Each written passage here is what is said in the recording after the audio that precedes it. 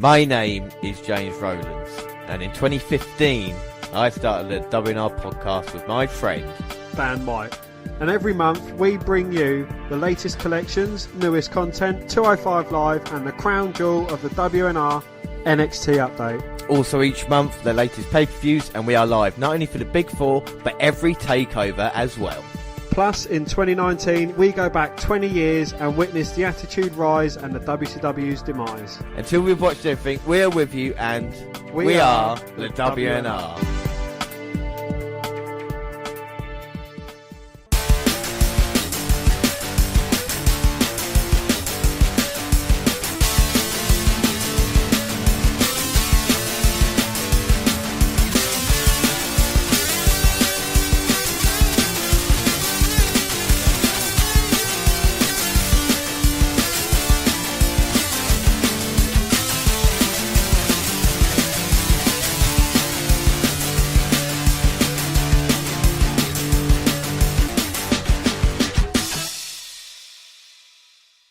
Yes, hello, I am James Rowlands, and as always, I'm joined by Dan White.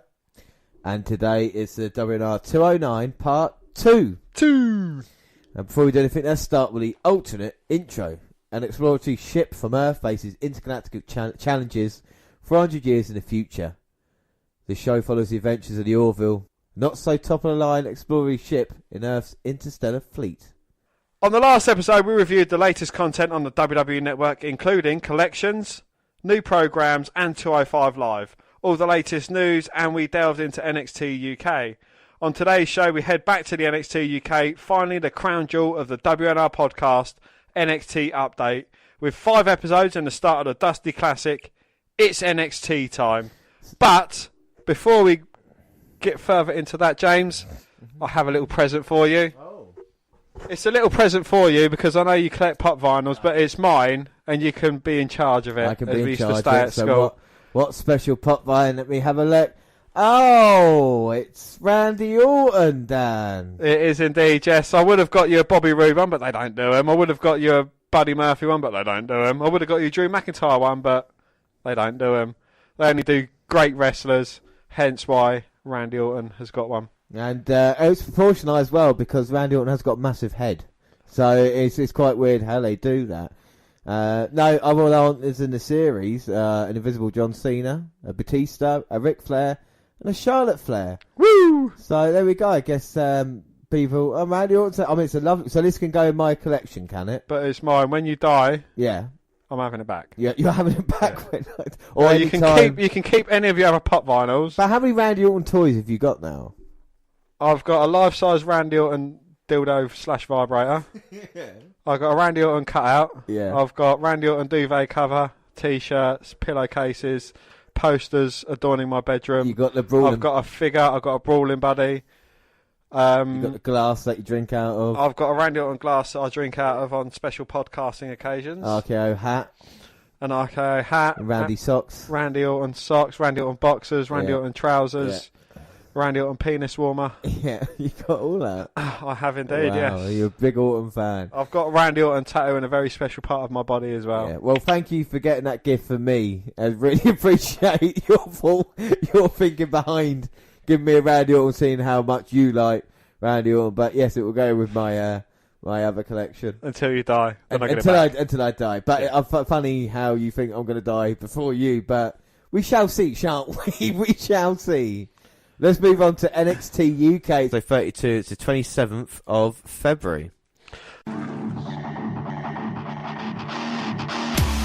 one of a kind and nobody knows that. I'm living in irresponsibility, feeling upon the million times I let down. I don't mean to, I've got a good heart. I make mistakes like pressing record in the wrong part.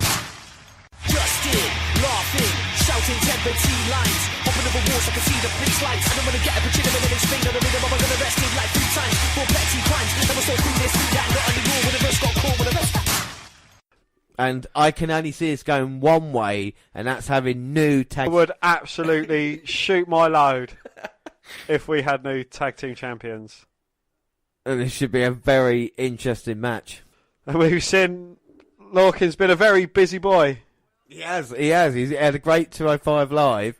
Can he have an even better NXT UK? Hopefully we see him in our NXT update as well. Yeah, hopefully they're involved in the tag team division. So here we go. We're going to start off with James Drake and Oney Lorcan. He is the one and only. The man probably least known in these four. And I think he's got a point to prove to everybody. He's been put in a position. Well, James, your namesake, Mr. Drake, hasn't even got a blue tick on Twitter yet. I know, that's bad, isn't it? You know, so he needs to become known. I'm a big fan of Zach Gibson. Shankly Gates, yep, see him through the NXT tournament. Again, brilliant competitor. Very dangerous in his right day and, you know, rightly so, tag team champion. And again, you know, with Danny Burch, Britain's own, so it's only Lorcan, but again, we've welcomed Cassius Ohno into the fold, so what's to say Oney Lorcan's not welcome? He of course is. I feel like about this team as well. Look, even Burch, right, who's known for black pants, black knee pads, he's got that little tinge of blue because he's teaming with Oney Lorcan, you see, so at least he's trying a little bit. He is indeed, yeah. Of course, they can't all wear the same colour because you get confused.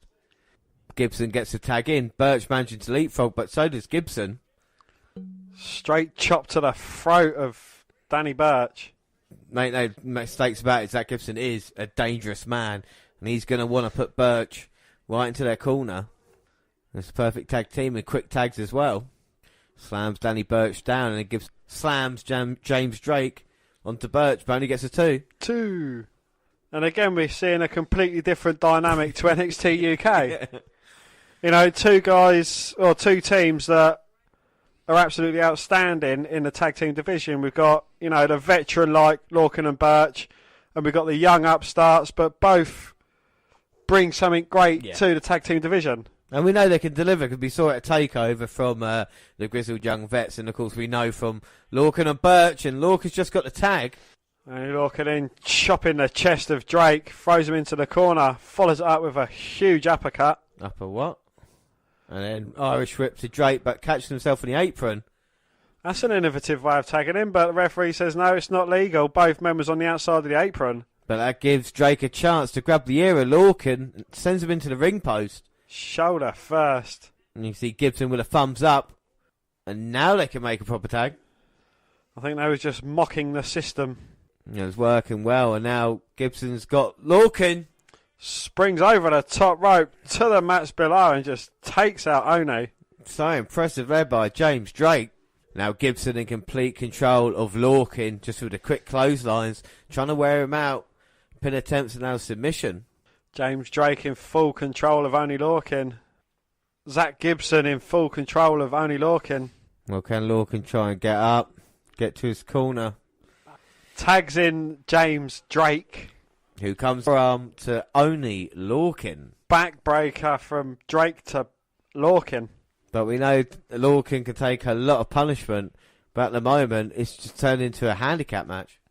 But again, even though they've not been together for that long, the grizzled young vets certainly know how to cut a ring in half, and it's what we like to see from a tag team. It's definitely shown they're here to mean business. If they can get a victory over our tag team of the year, I mean, that could propel them up, you know, up into the echelons of great tag teams. And when you think on NXT UK, who is there? Mustache Mountain, well, they've beaten them. Apart from that, they could rule the roost for a while. Until you got the Coffees. You got the Coffee Brothers there, but again, it's heels v heels. So unless, you know, can Gibson and Drake work as a face team? I think give them time. You know, I think there's potential. Maybe they're not very likeable at the moment. They're not very heelish heels. I know you saw like with Zach Gibson distracting the referee, but it's like a rival. They're heels, but they could easily get cheered because of how good they work. Yeah, and I can see that in a little bit with Drake and Gibson here. You know.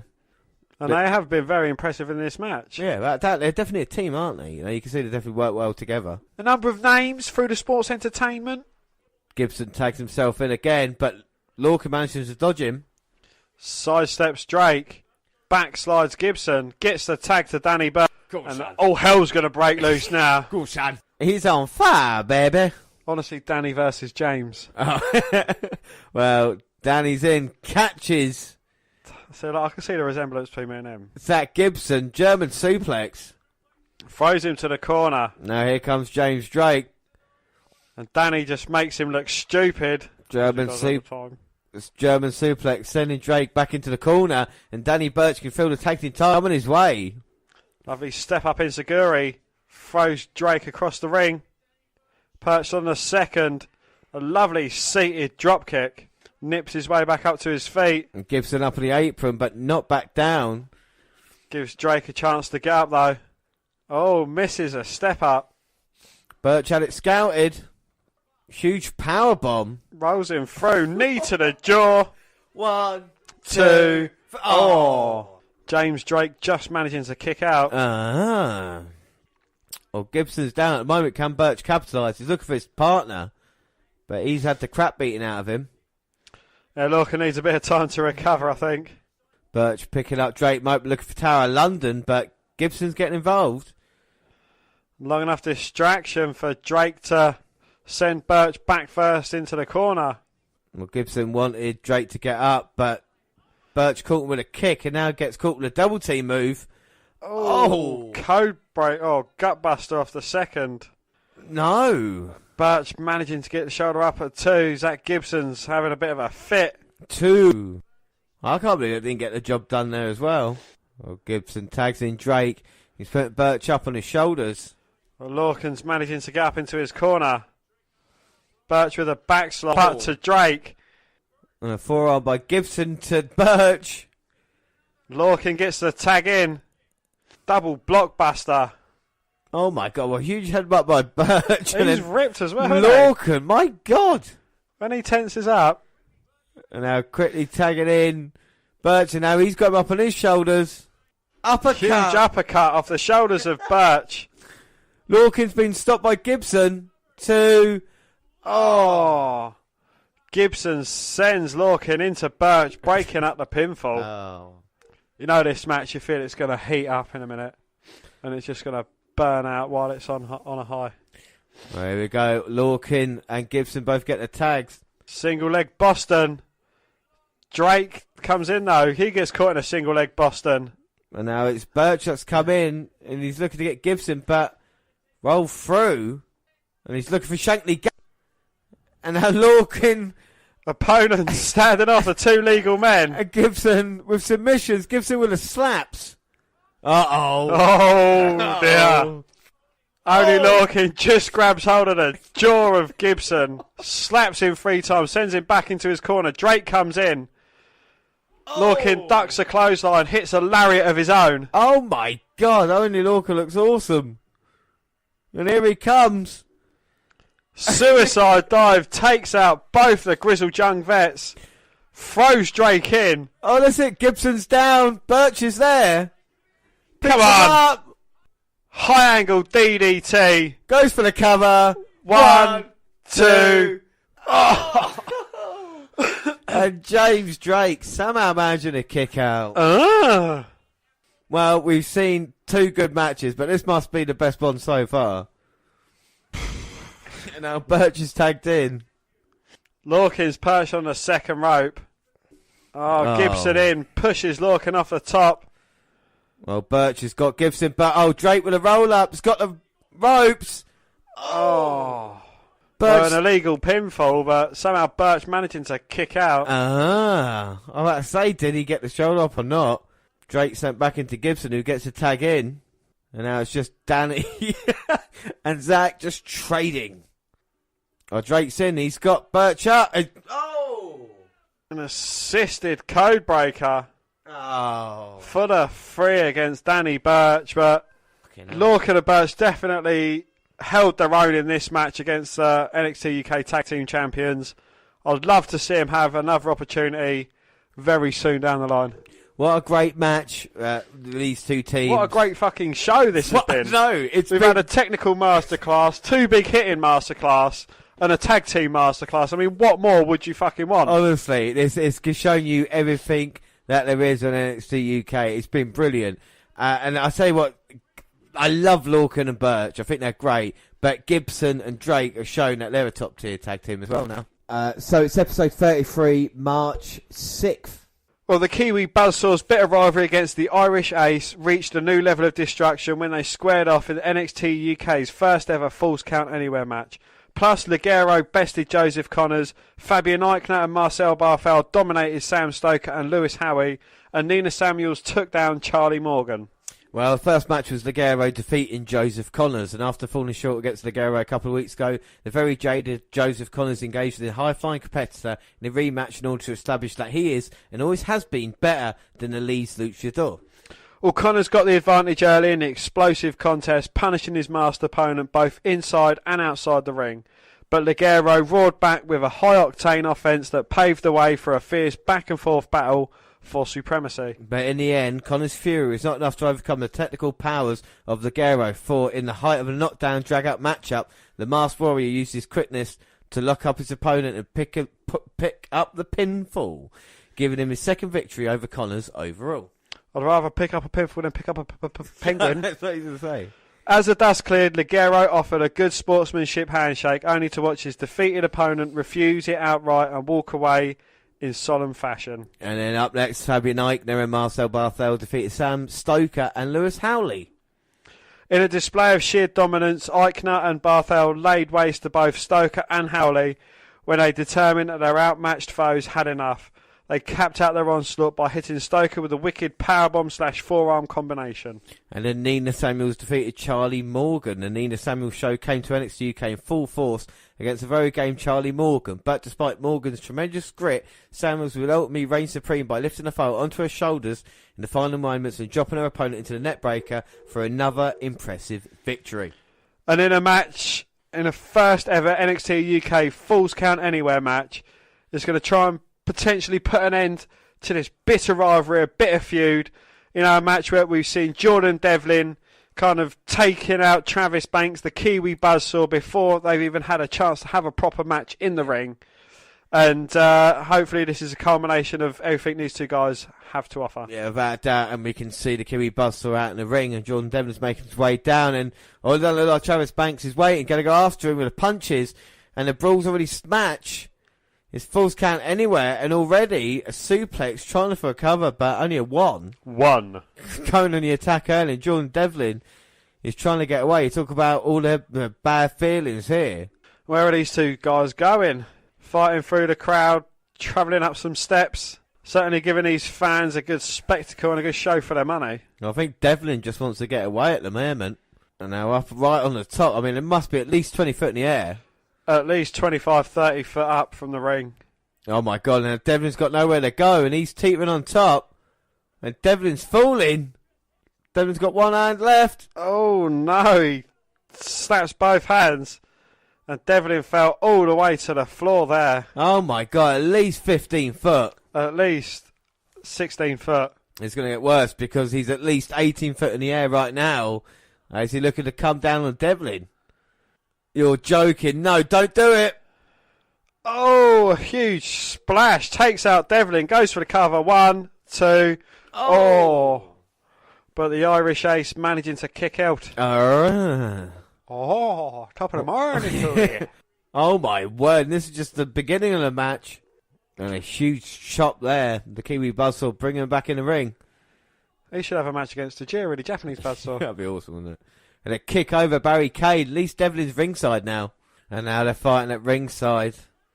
And Devlin sending Banks into barricade. And he's going underneath. And what's he going to look for? Looking for a steel chair. We're going for the midsection, but Banks catches him. Oh, rams him against barricade using the chair. Throws him back into the ring. And Devlin begging off. And Travis cheering along. Wants him to put Devlin away. Shouting, we want tables. And now the kicks by Travis. Super kick to the jaw. Rocks Travis Banks. Rocks Jordan Devlin. Sends him out the ring. Banks looking to go flying. And here he comes. Oh, but Devlin with a chair straight to the shoulder. Oh my God, and he landed heavy on that. Referee's counting. Ooh. Only a 2 count. 2. Now Devlin throwing Banks back in. Looking to go on the assault. We've got Top Mountain just railing down the right hands onto the head of Travis. NXT UK fans picking up on something that me and James, well certainly me, noticed. First time we saw Jordan Devlin singing Your Head's Too Big For You. Oh, and Travis Banks sent into the corner there. Well, a huge backbreaker there by Devlin, and now he's looking to try and put Banks to sleep. But Travis definitely got the crowd behind him in this one. All I heard was potato, potato, potato, Ricochet, potato. Oh, Devlin did shout something about Ricochet, but I'm not sure what. Well, the crowd chant Kiwi Buzzsaw, and he's back to his feet now. There's a fight back. Oh, gets an Uranagi. And a standing shooting star press. Goes for the cover, but only a 2 count. 2. Devlin's got a big head. Well, now Devlin. It's like Banks on the apron. The crowd telling Devlin what they think of him. Looking for a Spanish fly off the edge of the ring apron, but Travis Banks managing to hold on to the ring ropes, and Devlin just went down, knees buckled against a steel chair that was on the outside. Oh, double foot stomp across the back, goes for the cover. Oh, but only gets a 2 count. 2. Was the referee a little bit out of position there? Could have been a little bit quicker. And now Travis Banks got the table, sets it up, and Devlin's come back in the ring. He's got hold of Banks. He pushed him into the referee, catches him with a seated drop kick into the referee. Oh, the ref's down. And if anything goes. Oh my God, well, Travis Banks there, with a knee to Devlin, rolled him through. He's got him pinned. Must have had him down for at least 7 seconds. At least 12. Checking where the referee's gone. And it gives Devlin a chance to maybe recover. Or maybe take some more punishment.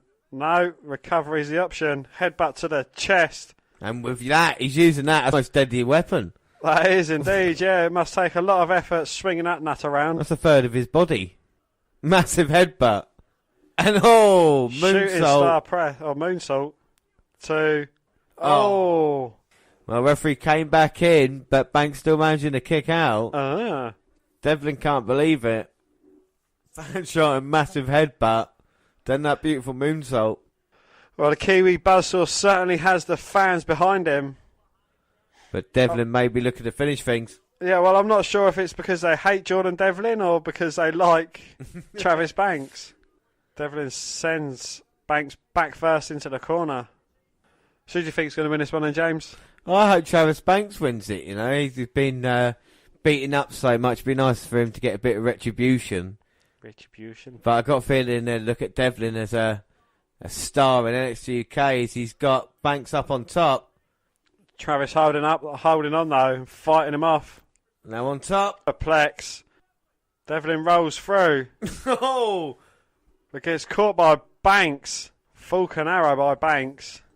Went for the cover, but somehow Devlin managed to get shoulder up at 2. 2. Both men barely able to stand on their feet here. Slapping away at each other. Forearm shots. Oh, this is unbelievable stuff, and Banks, just with everything he's got. Windmilling in on the back of Devlin. He's emptying the tank, and now goes for the forearm, but Devlin dodges, and now it's Devlin with a combination. Well, Banks had it scouted, realised what Devlin was going to do, hit a slice of heaven. Well, Devlin rolls to the outside. Banks, I think he's so spent, can't even follow him out there. But there is a table set up on the outside. Well, I've got a feeling that might come into play. It's falls count anywhere. Just roll out there quickly. Try and get a cover recovered. Wow, that was different. Devlin took Banks down, used the apron to try and cover him, but only got 2. 2. Trying to send Travis Banks knees first into the stairs. He moves out of the way, and Devlin shoulder first into the steps. And now it might be payback. He's got the leg of Devlin. Begins with B, ends in H, and payback is it. And now look at this, just stomping away at the leg.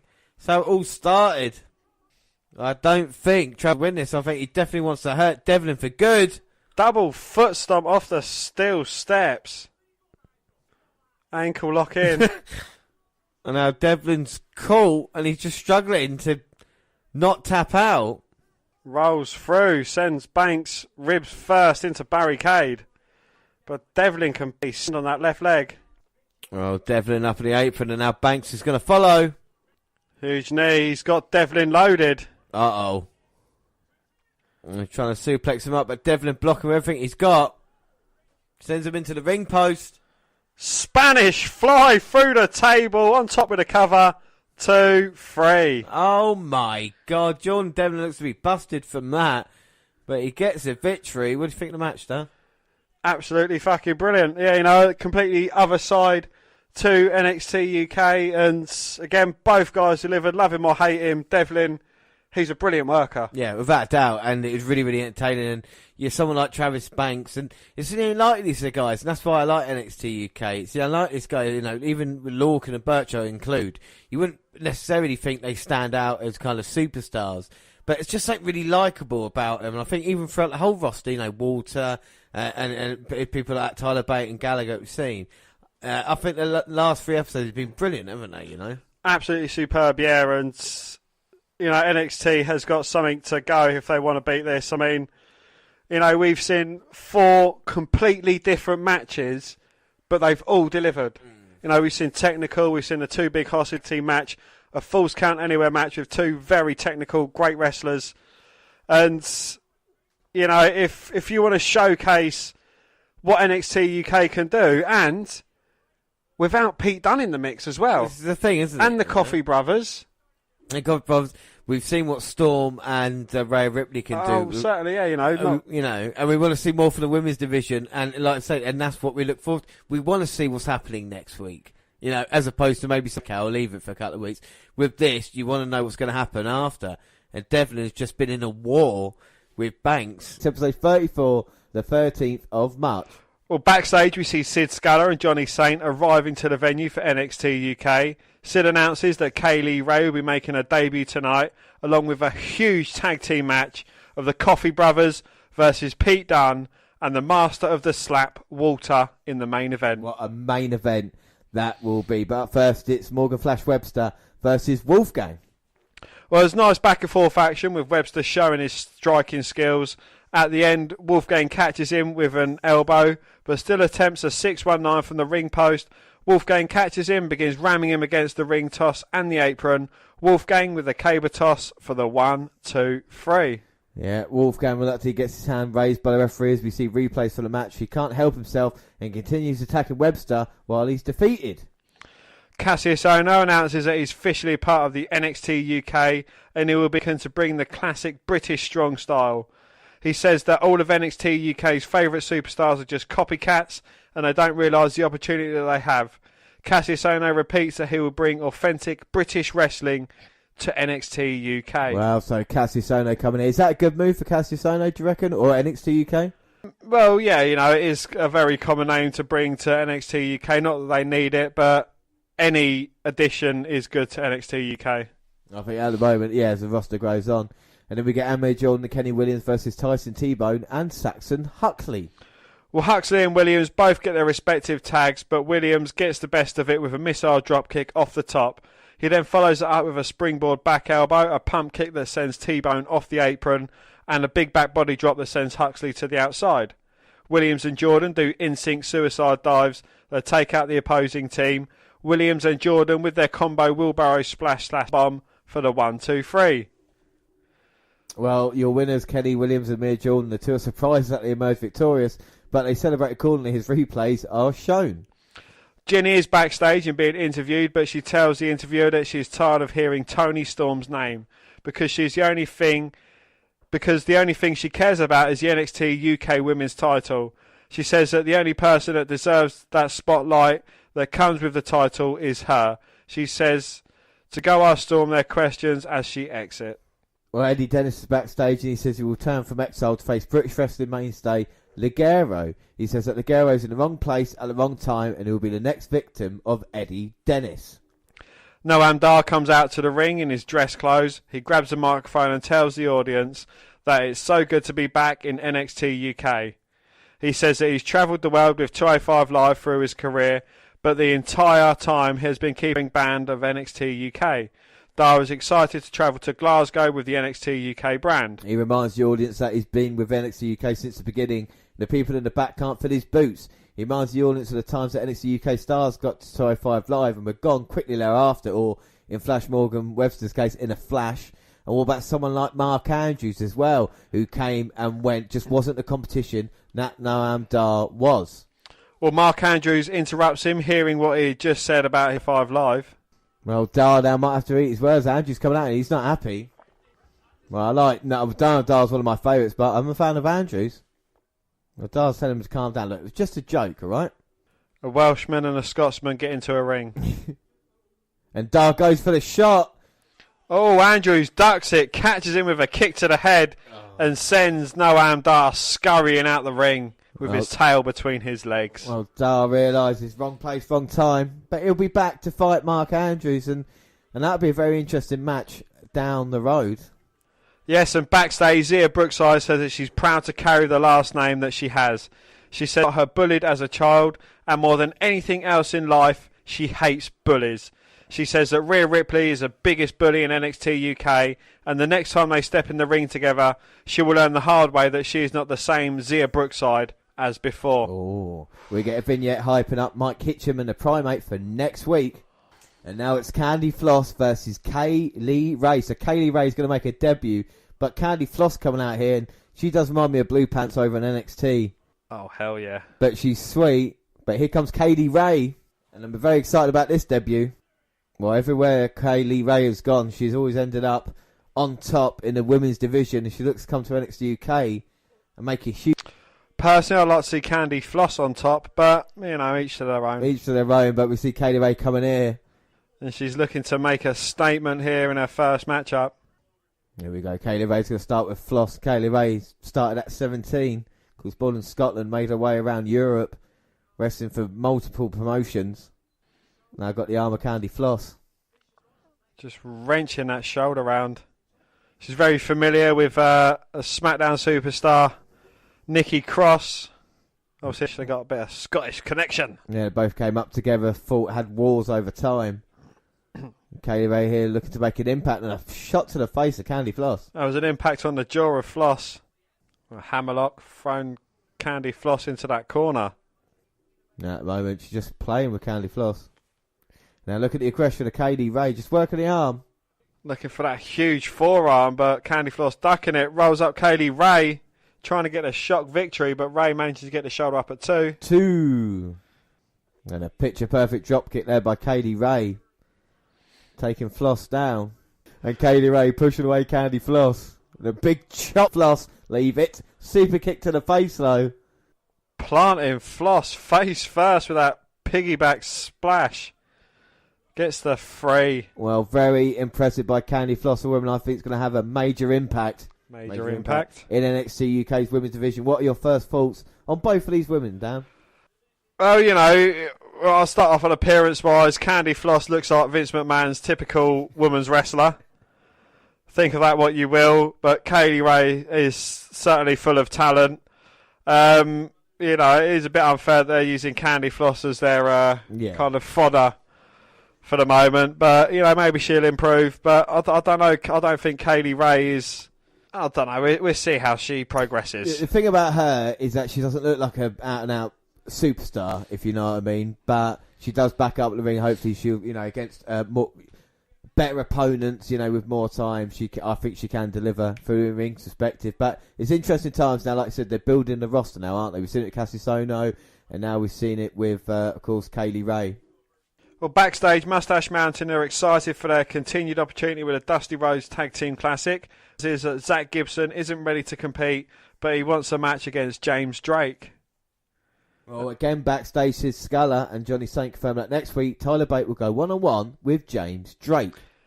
And up next is the main event, Pete Dunne and Walter versus Joe and Mark Coffey. You talk about dream teams, you talk about everything else going on, but I think this team could be the greatest of all time.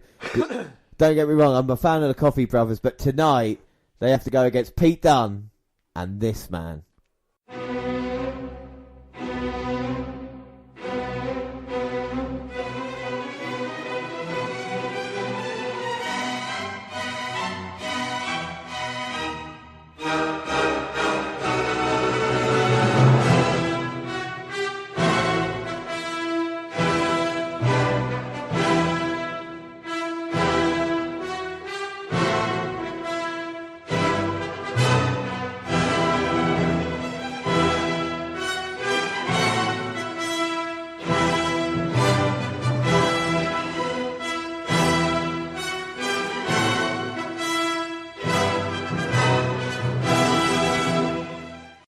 Well, here comes the Bruiserweight. And I mean, we've talked up Walter so much these past couple of weeks.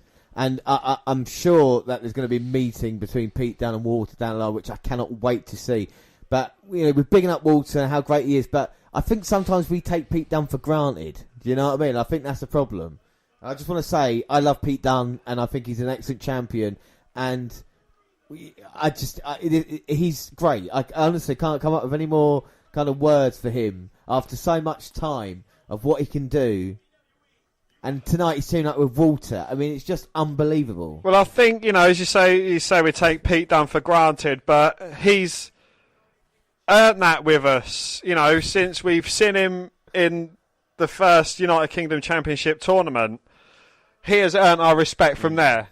So, he kind of goes without saying that Pete Dunne is amazing. Pete Dunne is. And when you consider the problems that Pete Dunne's had with Joe and Mark Coffey, and the same with Walter as well. I mean, it's still continuing that storyline a little bit, even though Walter is laser focused, looks like at the moment, on Pete Dunne and that NXT title. But one thing that goes without saying is Pete Dunne is guaranteed to be a future WWE/Universal Champion without a shadow of a doubt. And if they don't do that, WWE have fucked up big time. It will be the greatest miscarriage of justice. If we don't see a British champion in the next 10 years, or 5 years even, I think it's just going to be huge. It's going to be such a disappointment.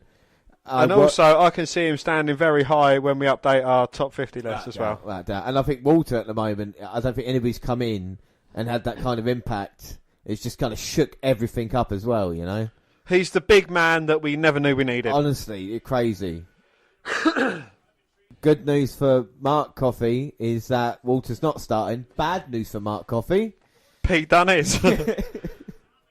And Pete Dunne has kind of owned that title. And if and when it goes to someone else, they are going to have to earn it. I think this is the thing. And the Walter thing coming in has just worked even better because Pete Dunne, like you said, has worked so hard to be on top of the division. And we've been thinking, who's the next man? And then you got Walter there, and it's like, he could be the next man, but I don't want Pete Dunne to lose. There's something about it. Like, the only way I want Pete Dunne to lose is by him going up to the main roster. Yeah. Well, in a match way, the only way I ever want to see Pete Dunne lose the title is not by him not passing out or something like this. And cause I can't, But the thing I am glad of is he hasn't got an Oscar streak going for him. He has been beaten. Yeah, that's true. That is true. Yeah. And I think something like that it's good. It's not looming over him. And I just think it's going to be an amazing matchup if and when he loses it. And every match that he's in is great. But this is the thing, and you talk about big time players. It's like Pete Dunne's got over even Walter, who's come in and had a big impact. But every event that Pete Dunne's had a big match on, be it Takeover, be it whatever program, he's always delivered. Like I said, he always brings it, and you can just imagine what a match of that caliber is going to be like. Well, you can see that the NXT UK brand was built around Pete Dunne and his title reign. Yeah. And he's backed it up. He said, let me run. I can run a company on my shoulders, basically. And this is what Pete Dunne is doing right now. And he just cranks out just beautiful wrestling technique as well. And he's so young. I know. It's just... again, when Pete Dunne came along, I never knew that it would change like the wrestling world as I see it. He tags in Walter. Uh-oh. And Mark Coffey, his chest is quivering already. Walter's going to kill you chant is going around the audience. And taking a leaf out of Pete Dunne's book. Putting a hand down on the mat and just stamping on the elbow. Pete Dunne's like... Psh. Maybe a little bit of mind games there. Pete Dunne's knowing how dangerous Walter is. Oh. Mark Coffey slaps Walter's chest and immediately backs off. Joe Coffey tags himself in. Stupid or wise? Well, I think wise for Mark, but Joe now has got to face Walter. Don't get me wrong, Joe Coffey is a huge guy, but Walter just engulfs him at the moment. I mean, he looks like Vladimir Kozlov. Yeah. But he's a completely different person, athlete, wrestler. It is mad. Or am I stereotyping Eastern Europeans? I don't know. He's definitely got that look, but he's just, like you said, For doing stuff so simple, makes it look so good. And a shoulder block there, and he's saying to Joe, bring it on. And they're chanting chops as well, as Joe run into Walter. For a second time, and Walter just doesn't even budge. He says, go on then, third time. Oh, sends Walter back to the ring ropes, who comes off. And he got the sleeper in, but Joe blocked it. And Walter runs through him with a shoulder block. Chopped Pete Dunne's hand as he tagged him in. That must have hurt Dunne. He grabs the arm now of Joe. Oh, the stamps on the elbow, just like Walter did to Pete Dunne. Is he returning the mind games or saying, look, you can do it, I can do it even better? Yeah, is that anything you can do? And I think that's what Dunne is seeing at the moment. Walter again. Walter wants in. Pete Dunne happy to oblige. Oh, no. Oh, twofer. But is this about the Coffee Brothers or is this about Pete Dunne and Walter, who just delivered two humongous chops to the Coffee Brothers, and God knows how they've managed to make it back into the ring. Oh, no, credit to him. But Walter, Pete Dunne now going after him. And yeah, it made it about the two men for a second. The Coffee Brothers say, wait a minute. You want to fight? It's a bit of competition. Don't count us out. Oh, my God. Have Gallus gone to the wayside now then? Is it just the Coffee Brothers as a tag team and no Wolfgang? Well, Blade Wolfgang. Oh! Walter with a backdrop. Pete Dunne with an inside-out suplex, sending the Coffee Brothers back first on the ring apron. And now these two, probably champion and potential future challenger, going face-to-face in a pose-off. Look at that. Is there more anticipated match between these two men? You see the replay of the move. But Pete Dunne, he is not back an inch. Dunne is the smallest man in there by a considerable amount, and yet he stands above them in some weird way. Oh, yeah. As being the champion as well. Not just the champion, but for 500 plus days. Without a doubt. You know, and this is the thing, Dunne. And Dunne and Walter working like a very well-oiled machine. I know there's a bit of one-upmanship, but I think that's playing in their favour, because the recipients of the one-upmanship are the Coffee Brothers. Dunne thrown into the corner. Joe comes in, but again, Dunne getting out with a kick. Foot stomp to the, double drop kick to the knee. And now Pete Dunne showing what he's capable of in the ring. Tying up Joe. I know he's got Joe, looks like the bow and arrow if he can get him down. No, just stomps on the knees. Looking for a suplex. Backslide. Mark tags himself in. Oh, Pete Dunne looking to jump over over Joe. But Mark with a German suplex. And then Joe goes round and takes the legs of Walter out. Rams him into barricade. Starts stomping away. You don't want to piss off the big guy. No, how clever is that? By the Coffee Brothers there. And Mark with a knee drop. Well, the Coffee Brothers are an established tag team. This is the first time Walter and Pete Dunne. And now they're just posing off, mocking the two big guys. Or the big guy and Pete Dunne. Well, exactly. That's what I'm saying. Pete Dunne now is being worked on. And he said, like you said, they're posing together and they've been together a lot longer. But Walter and Dunne, this is the question. Can a great tag team beat two great individuals together? Maybe Dunne and Walter have got their eyes elsewhere, as Joe now just multiple Irish whips in the corner. And Backbreaker into a cover, but only a 2 count. 2. And again, cutting off the ring. Make sure Dunne can't get to Walter. Stay away from the boots, Coffee. Come on. Stay away from the ropes, Coffee. Come on. And now just quick tags and Mark Coffee with the boots to Pete Dunne. Booker T teaming up with Mark Coffey. Well, Joe gets tagged to Mark, and Mark comes running in. Dunne sidesteps him, and then a German suplex taking him down. Walter desperate for the tag in. Well, Joe gets the tag in. Oh, and Pete Dunne just inches away. No tag to Walter. German suplex, but Dunne lands on his feet. A kick to the head. Finally tags in Walter. Now here comes a big man. Oh. Who just throws Joe Coffey across the ring. Mark Coffey across the ring. Now he's got Joe. Oh, huge back elbow to Mark. And now the Coffee Brothers teaming up on Walter. Oh, my God. Who breaks a double clothesline attempt. Takes down one. Mark Coffey ducks. Gets him in the sleeper. And he's caught Mark, but now German suplex. Oh, Walter charging towards Joe. Big boot in the corner. Running senton. 1, 2, no. Joe managing to kick out. Oh, and Joe Coffey there, big clothesline in the corner. He stumbled Walter, but not knocked him off his feet yet.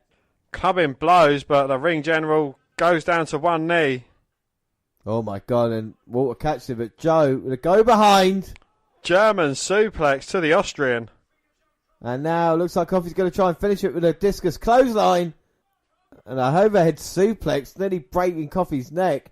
Goes for the cover, but Joe managing to kick out. Done on the apron, looking for the tag from Walter. Mark looking for the tag from Joe. Gets it. Pete Dunne's in. A shoulder block there. Double stomp to the fingers. Joe's in. Second right, up to the top. Oh. Looking for the springboard, but Pete Dunne just forearms him away. Dunne springing over the top. Going up to the second moonsault on both the Coffeys. And he lands on his feet. And now he's throwing Mark Coffey back in. Oh, double axe handle smash across the chest. Oh, but Walter gets a blind tag and Mark doesn't realise. Dunne Pete over Dunne the top. Rolling out of the way, and Walter comes in with a double drop kick. Double underhook suplex. Oh, no, kick out. Oh. Well, Mark's still in this but Walter now might be looking towards the end. And he turns, he's got the Boston Crab in. Dunne's in to stop Joe from interfering. Oh, Joe caught Dunne as he flew over the top rope, throws him back first into barricade. Oh. A huge chop to Walter, who just screams, not relinquishing his submission hold. Oh. Of them chops. And Joe Coffey caught with a chop, goes to Mark. Mark blocks it. Step up in Seguri, rocks Walter. And still but not been knocked off his feet. Now the ring general catches Mark. No, you can't go up there. Oh my God. Oh no. Oh my God. Joe's got Walter on his shoulders. Mark off the top with a clothesline. Goes for the cover. Pete with the save. Oh my God, that could have been it. Mark slapping Walter around the face. Uh-oh.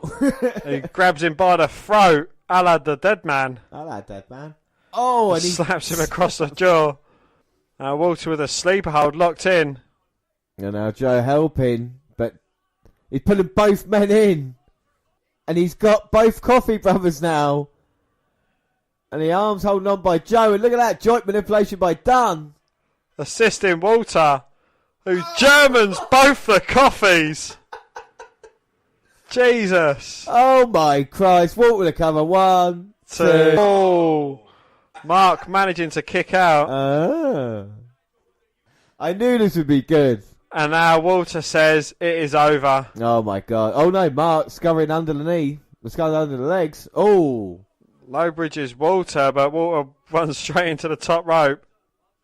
Might have blinded him, and now Dunne insecurities to Joe.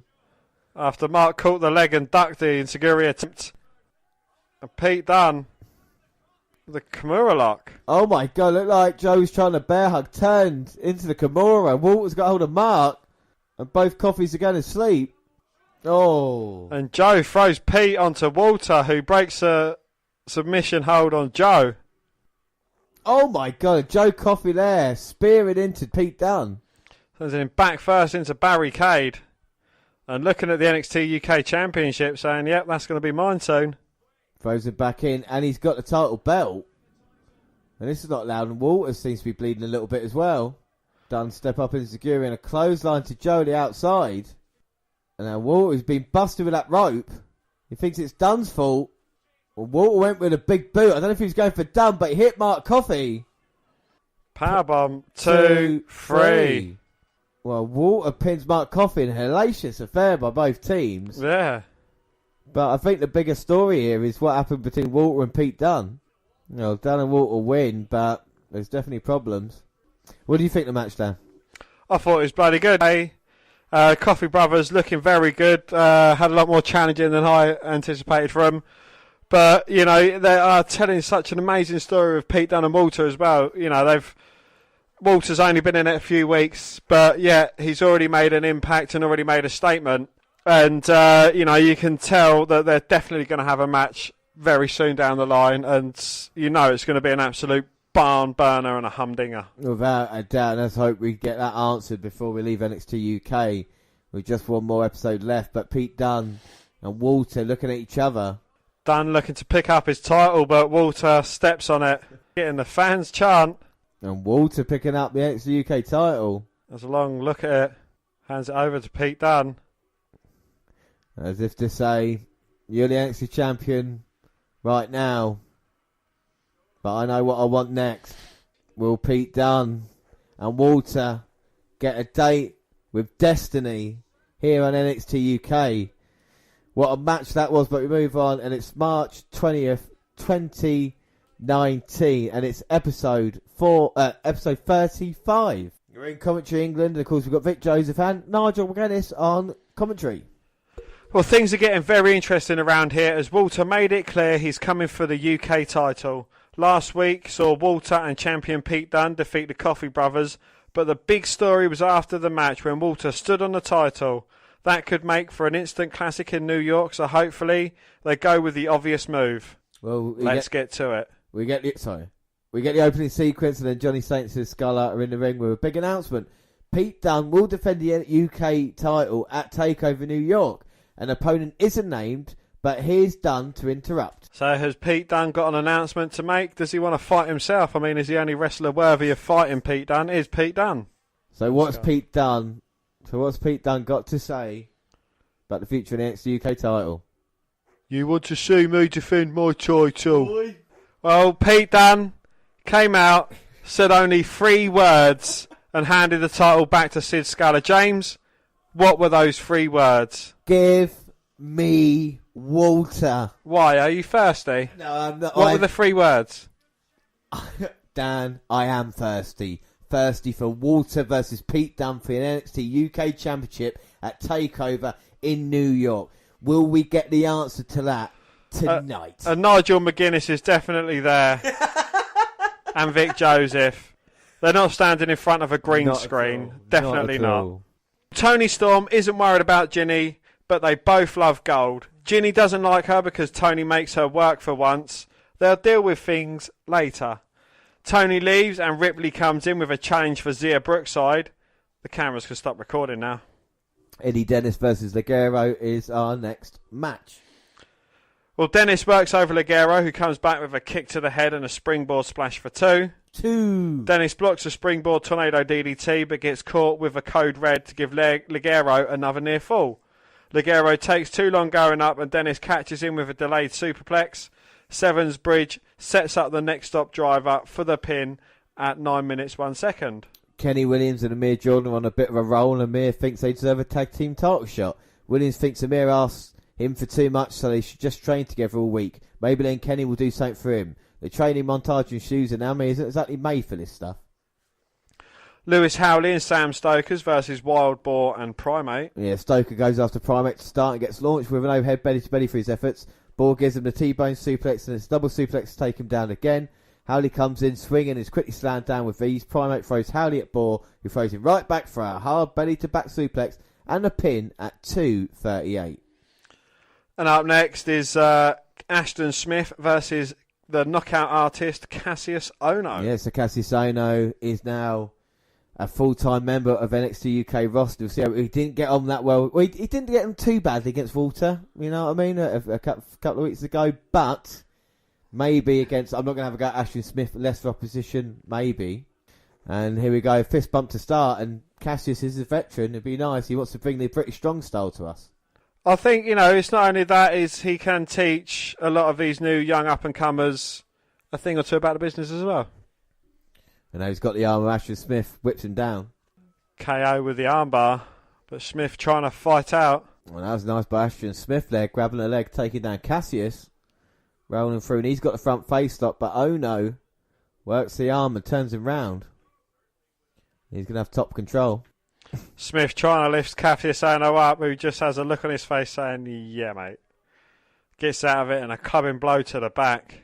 But Ashton Smith goes low to avoid Cassius. Nice leapfrog there. Catches Cassius with a huge drop kick, sends him out the ring, but not off his feet. Smith looking to go flying. Oh, but Cassius was back up on the ring apron and just clocks him with a big boot. And he's got him up with a suplex. A running suplex. Goes for a cover. Only a 2 count. 2. Well, Ashton Smith showing his toughness going against a veteran. It'll be a huge win for him here. NXT UK, and he powers up Cassius. No, second time not successful. Cassius with a big chop. Throws Ashton into the corner, who runs round, dodges Cassius, hits him with a big boot. And the look on Smith's face is that he's just pissed off Cassius Ohno. Tries him and put him off his stride. Well, fair play to Smith. He is on it at the moment, but pushed away. Catches Cassius with a super kick. Third time, manages to get him up on his shoulder. Hits a Samoan drop. Goes for the cover. 1, 2. Oh. Kick out. Oh. Well, Ohno up, and Smith now wondering what's the next best move. Big shots to the face. Now he's going to run the ropes. Oh. No, all he runs into is a big boot from KO. Running senton. Second running senton. And oh my God, and now Smith's in all sorts of trouble. And there we go. Ripcord elbow to the back of the head. The Dream Crusher. 1, 2, 3. And this one is over here. Cassius Ohno wins in a very auspicious circumstances. I mean, Ohno, is it a case of a big fish in a small pond now with Ohno? I mean, what do you see the potential? I see the pond is still big. I think, Cassius Ohno might have found his feet. It's the change that he needed. Well, after the match, Ohno pats him on the back before knocking him out again. And Travis Banks comes out to chase Ohno off. So maybe that's a feud we're going to see down the road. Well, Gallus is having coffee and wants to win some titles. It's time to establish their greatness. And our main event is Tyler Bate versus James Drake. Well, Drake goes straight to the arm to start, and the armbar has Bate in trouble. Bate is back up with a fireman's carry and a right hand, but Drake knocks him off the top and out to... There's a whip into the barricade, and we hit the chin lock back inside as the fans tell Drake that his face looks like a... Drake's suplex gets 2. 2. And we hit a chin lock with a knee in the back. And now Bates trying to fight up from this. And now he's managing to get Drake on his shoulders. Get him on his back. We talked about James Drake before being kind of unknown in the grizzled young vets, but he's one half of the tag team. Looking for the backbreaker, but Tyler flipping out. Hits a huge right hand. And 1, 2 to the middle. And this is like a boxing match of the combinations by Bate. Backing Drake off, but he's going underneath. He's going outside. But Bate drags James Drake back into the ring, ducks a clothesline attempt. Hurricane Rana sends Drake. Now, we talked about Pete Dunne earlier, and I think the same could be said for Tyler Bate. Such a great worker, and a big back body drop there as well. Irish whip reversed by Drake, sends Bate into the corner, who gets his foot up. Knee to the jaw. Springing off the top. Now James Drake. What? With a huge uppercut. Upper what? James Drake in serious trouble. Bates caught him again. Exploder suplex. Tyler lipping up to his feet. Looking for the running shooting star. Drake moves out the way. Tyler lands on his feet. Hits it for the second time. Oh, but Drake managing to kick out. And he's somehow in this match. Drake on the apron gets caught by Bate. Now Bate looking to bring Drake in the hard way. Drake sidesteps it, or jumps down off the apron. Takes out the legs. Drags Bate to the outside. Looking to throw him into barricade, but Tyler turns it around and throws Drake into upside down. And now can Bate take advantage? Throws Drake back in. And now Bate on top, but Drake runs in. Bate rolls through. And now Drake's got him. Plants him face first. Goes for the cover, but no. Bate managing to kick out. And Drake just so frustrated. But Bate is your first NXT UK champion. People often forget that because of Pete Dunne's exactly, yeah. long dominant run. There's only been 2, Bate and Dunne. Drake looks to put him away. Bate counters and both men countering each other's pinning attempts, rolling through. Drake managing to kick out. Catches Bate with a step up enziguri. He rocks him against the ropes, throws him against the ring ropes. Hey! Bate with his bounce off. And a beautiful clothesline by Bate. So you can end things here with a Tyler driver. Flipped over, lands on his feet. It hurts his back a little bit, and it allows Drake to follow up. Goes for the cover, but no, Bate managing to kick out. And can he put away? Tyler Bate went for the 450, but landed on his feet. Bate with the exploder into the turnbuckles. Tyler going up top. And now here comes Tyler Bate off the top. Oh, corkscrew splash. Going for the cover. 1, 2, 3. Well, Bate putting something special out there. Didn't take the Tyler driver. But off the top of that corkscrew splash. Corkscrew senton. Corkscrew senton splash. Really impressive stuff by Bate. Call it one. He'd probably come up with it's probably the master Bate off the top rope. What did you think of that match? I thought it was very good. Again, displaying Tyler Bates great. Oh, it's a spiral tap. Hitting the spiral tap for the victory. It's a great show Bate can do, but you can't count out James Drake as well. He's a brilliant performer in ring. He's got a bit of honing to do, but I think he's in the right place, especially in NXT UK as well. It's the best place to learn. Especially going against, the kind of competitors that we've seen. He's not out of place, but I think the right man won. And maybe Mustache Mountain now can look at maybe having another tag team title opportunity down the road. Maybe Mustache Mountain and Grizzled Young Vets. But speaking of title opportunities, we still have no word yet what the official NXT UK title match will be. Well, Sid Scala's just announced that we will see WALTER challenge Pete Dunne for the United Kingdom Championship at NXT TakeOver New York. Oh my God, it's on like Donkey Kong, the match that we wanted to see, Dunne versus Walter. I cannot wait for TakeOver New York. But what have you thought of NXT UK this month? It's been great. We've seen a fair few good matches. You really can't fault it. You can't vault it. Vaulted. No, I thoroughly enjoy it, and it's great. It's been great this month, honestly. The story's told. We've seen Toni Storm successfully defend her women's championship and Kaylee Ray coming up as a possible challenger. With the tag team division, we've seen Grizzled Young Vets beating Lorcan and Birch, and now it looks like Mustache Mountain are back in the hunt for that. And of course, with the NXT championship, perfect story told with Walter and Pete Dunne, and we're finally going to get that at TakeOver as well. It's been brilliant. So we move on to NXT. And Dan, when does NXT Update start? Now!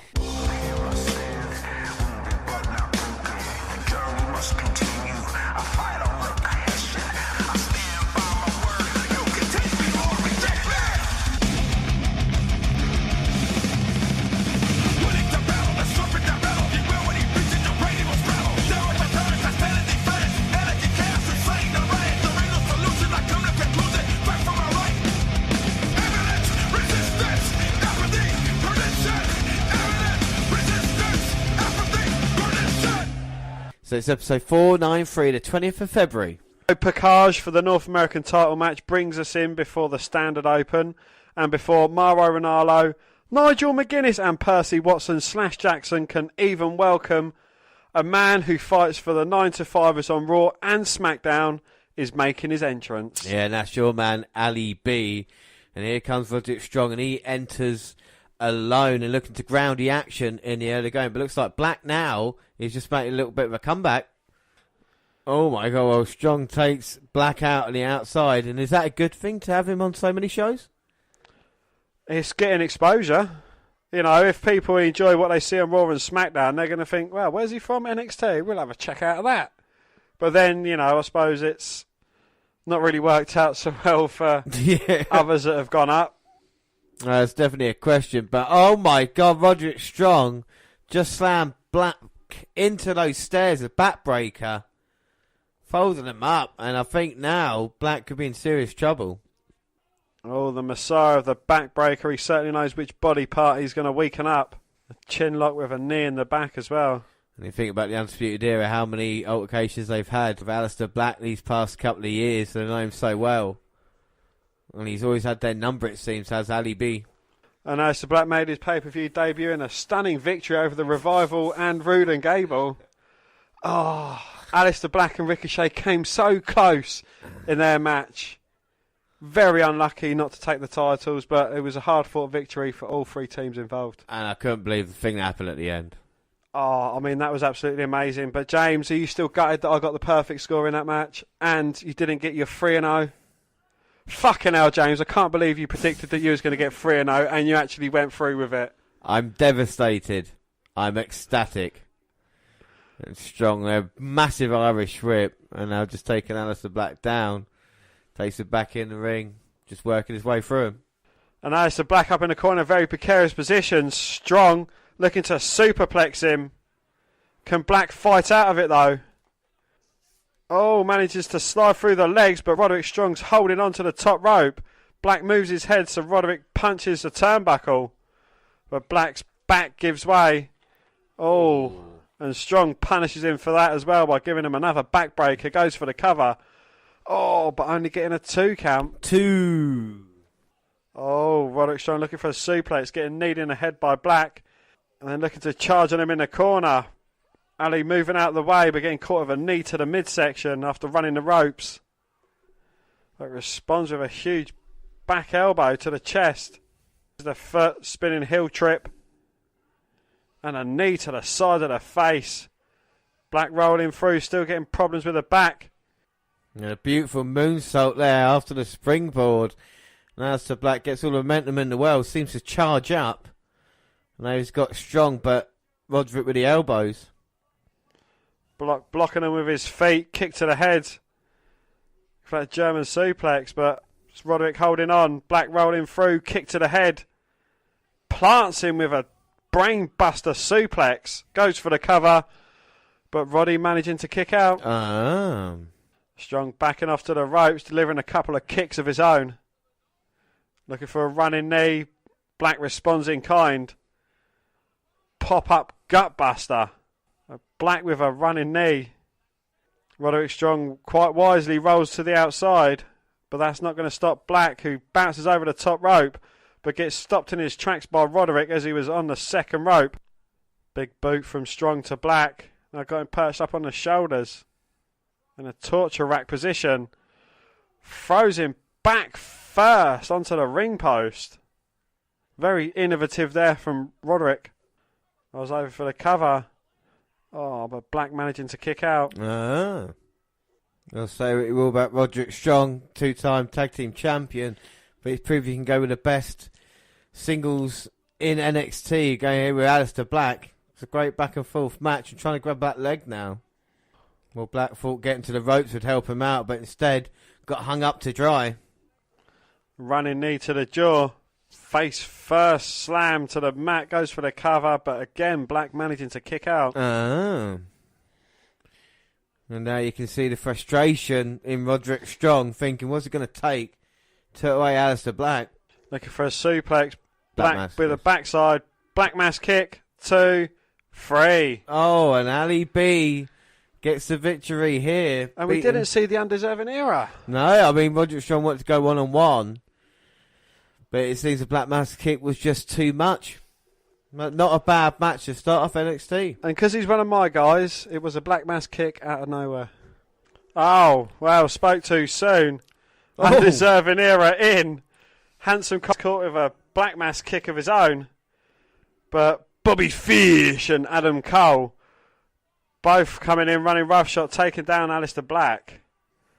But here comes Ricochet. Springboard crossbody takes out Adam Cole and Bobby Fish. No, this is payback. This is helping Aleister Black after he helped him last week. Now a knee by Black, sending Fish outside. And 2 guys clear the ring of 4 members of the undeserving era. And it just shows you how powerful Aleister Black and Ricochet are. Well, we see the world's lamest locker room brawl, and that was shown. And Bianca Belair video package / promo. She explains that undefeated is a mindset, and she's not just going to roll over and let Io Shirai and her little friend Kairi Sane take her title shot. Well, Nigel McGuinness recaps the Raw and SmackDown debuts of Black, Tommaso Ciampa, Johnny Gargano, and Ricochet. And Mauro lets us in on some breaking news. The Dusty Rhodes Tag Team Classic is back, baby. The winner will face War Raiders at TakeOver New York for the tag titles. And the action starts in 2 weeks. And the first 4 teams in the field are Street Profits, Undeserving Era, Fabian Eichner, Marcel Barthel, and the Forgotten Sons. The other 4 will be unveiled along with the bracket next week. And Mia Yim defeated Zia Lee via pinfall with a protect your neck. As a code of honour is adhered to. As they lock up, Lee gets the best of things and drives Mia into the corner, springing back, and then the finish. Shayna Baszler and the Horsewomen attack, but the locker room empties to even the score.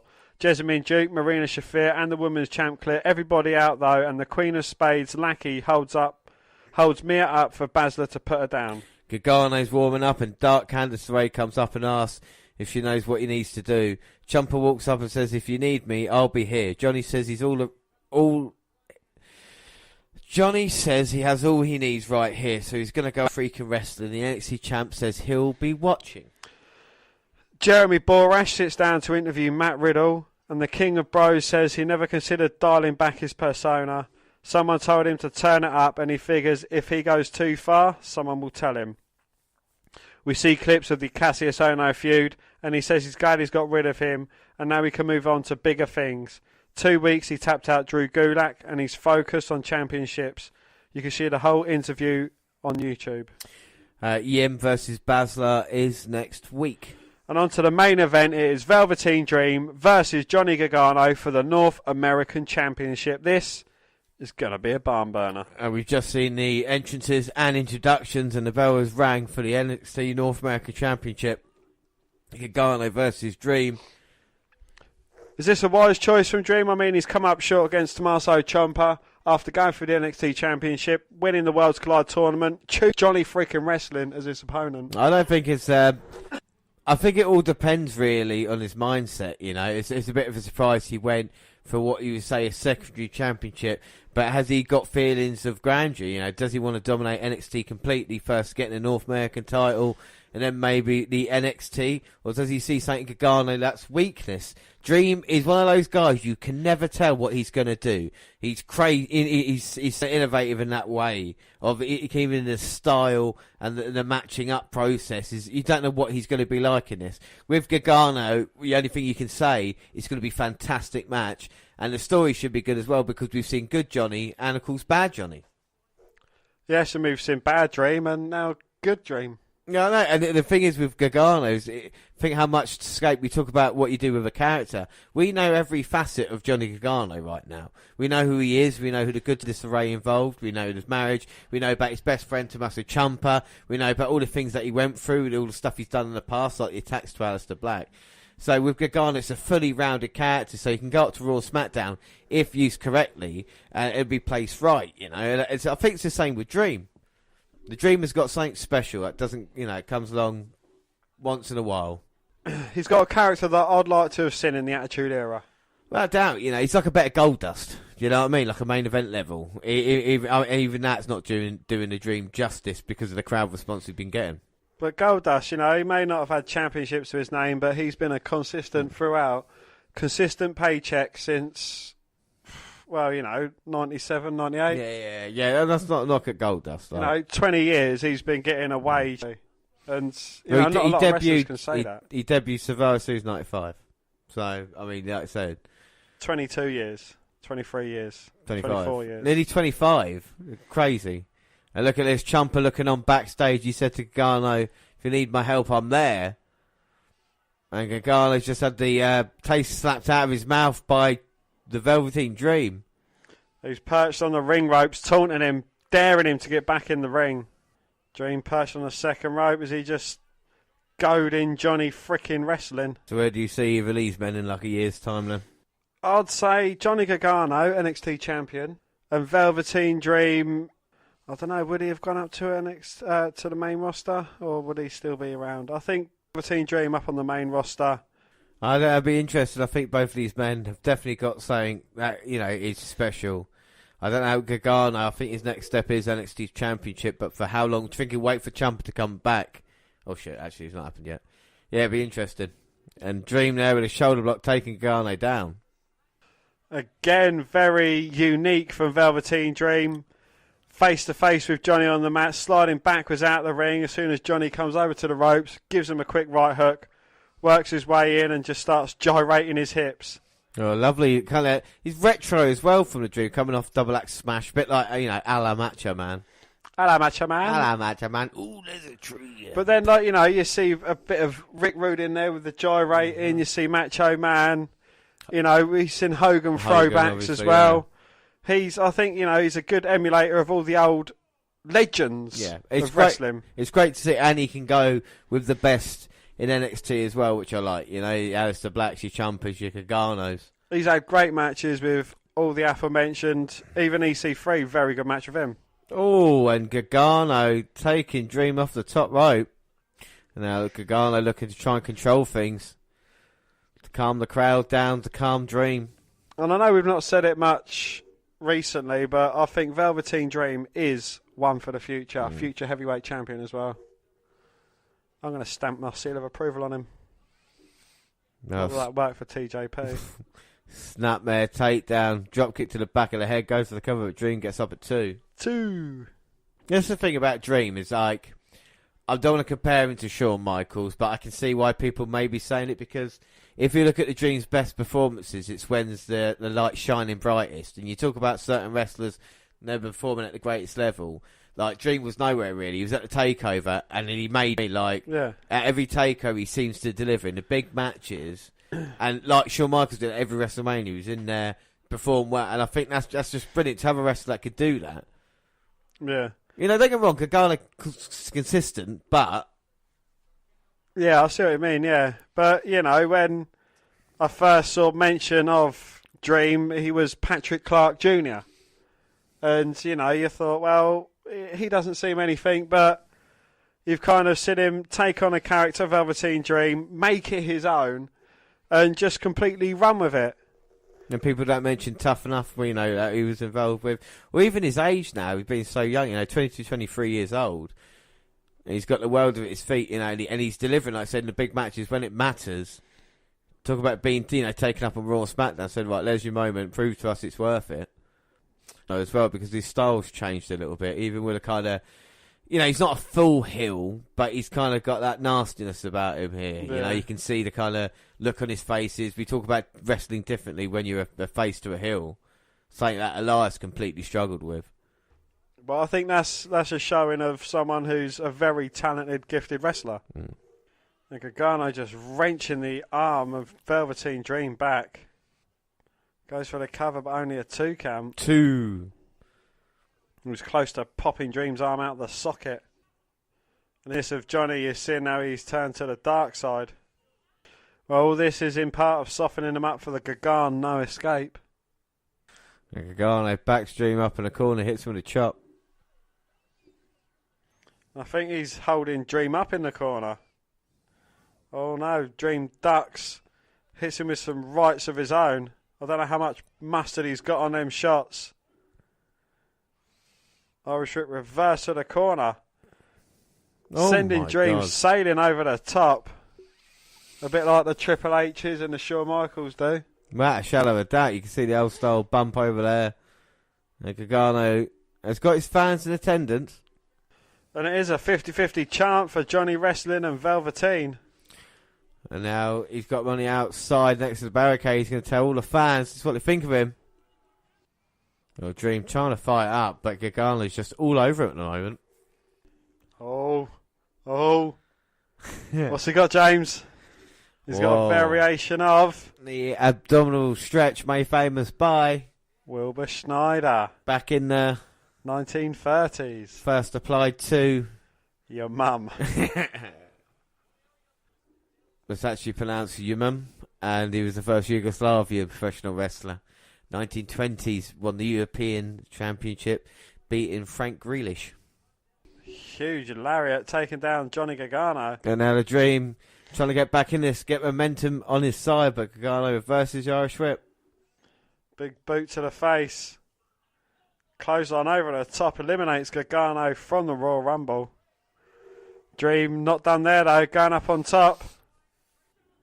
Double axe handle smashed to the head. But can he take advantage of it? Throws Gargano back in. Ducks the kick attempt. Looking to plant him with a DDT. But Johnny gets out of it, rolls him through. Famouser. Floats over for the cover. 1, 2. Oh no, Gargano managing to get the shoulder up at 2. 2. You got to wonder if the wrist is bothering Velveteen Dream there. He's holding it, he's in some pain, and in the shadows watching on, the NXT champion, Tommaso Ciampa. He's quite far away to help Johnny Gargano if he needs him though. We might throw something, see if it hits the Dream. Throw his title belt, see how far. And now Dream's got Gargano on top. Both men perched on the second rope. Dream's powering Gargano up, who manages the backside, looking to plant him with a powerbomb. Oh, Gargano kicked the leg out from Dream. And now a face buster off the second rope. Goes for the cover. Oh, only a 2 count. 2. And Velveteen Dream's North American abs continue in this one. Only just. And Gargano can't believe it. And the Dream almost having a faraway look in his eyes. Dream with the right hand, but Gargano responds. For a back suplex, Dream rolls through, lands on his feet, pushes corner. I think their heads collide. Well, their heads collide, and thanks to the opportunity, worlds collide. Dream's in this match. And now the Dream, Irish whipping Gargano, who reverses. Sails over the top rope. Catches Gargano with a right hand. And now Gargano goes to the apron. Super kick to the jaw. Rocks the Dream into the ring. Johnny looking to spring over, but gets caught with a huge uppercut. Or big right hand. And a huge right hand. I think Gargano might have lost a tooth there. Both men on the apron. Looking for the Dream Valley driver on the edge of the ring. And Johnny's fighting with everything he's got and falls back in the ring. Kick to the back of the head, knocks Dream off the apron. No, Lee lands in the crowd. Oh, Johnny wrestling, suicide dive, sends Dream against barricade. Tried to spear back in, but got caught with a Dream with a kick. Rolls him up. Oh, but Gargano managing to kick out. Plants him with a rolling DDT. Oh. But again, Gargano kicking out. Dream running to the top rope. Well, he can feel it, and so can the crowd, making his way up. Purple Rainmaker, but Gargano moves. Hits him with a super kick to the jaw. Gargano in a cover. Oh. But somehow Dream gets a shoulder up at 2. 2. And that definitely warmed up then. Gargano going up, and the Dream just grabbing a hand. Trying to do anything he can to slow him down, but Johnny Gargano with a trifecta of huge headbutts. But Dream still managing to stay in it. Oh, a huge right hand, and what's the Dream trying to attempt now? He's got Gargano. Placed on his shoulders. Oh, no, he's not, surely. Don't call me Shirley, but it looks like he's going for the Dream Valley driver. Gargano with the elbows to the jaw, trying to fight out. And Gargano knows his title hopes could be over. Hits it. Oh, my God. 2. Gargano just managing to kick out. Well, Velveteen Dream hit all of it. Didn't take long to go to the cover. But only got the arm over. But still, I don't know how. Johnny Wrestling is still in this. And the Dream going up. Looking for the Purple Rainmaker to end this and get himself his first championship. Oh, but realises that. Dream flying towards Gargano. Gets caught with a super kick. Back first into the ring steps. Oh no, now Gargano's got Velveteen Dream. Snaps suplex onto the rampway. Throws him back into the ring. Springs over the top. Plants Dream with a DDT. This is all over. 1, 2. Oh.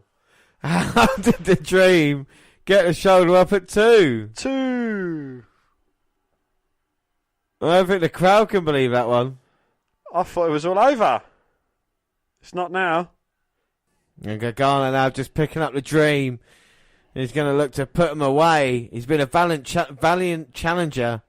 And a huge clothesline just rocking Dream. Picking him up by his hair. The Dream's out on his feet if it weren't for Gargano holding him up by his hair.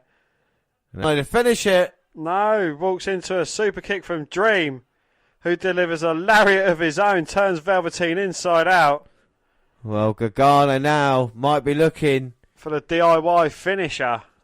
It's what won him the North American Championship, and Dream begging it on. No, catches him. Tries going for the Dream Valley driver, but Gargano with a backslide hits a super kick, bounces off the ropes, and Dream plants him up onto his shoulders. Dream Valley driver. That is brilliant. Rolls through for a second one. Oh my God. Goes up top. This could be it. That is one of the most beautiful things I've ever seen. Purple Rainmaker. 1, 2, 3. Oh my God. Velveteen Dream has become the North American champion.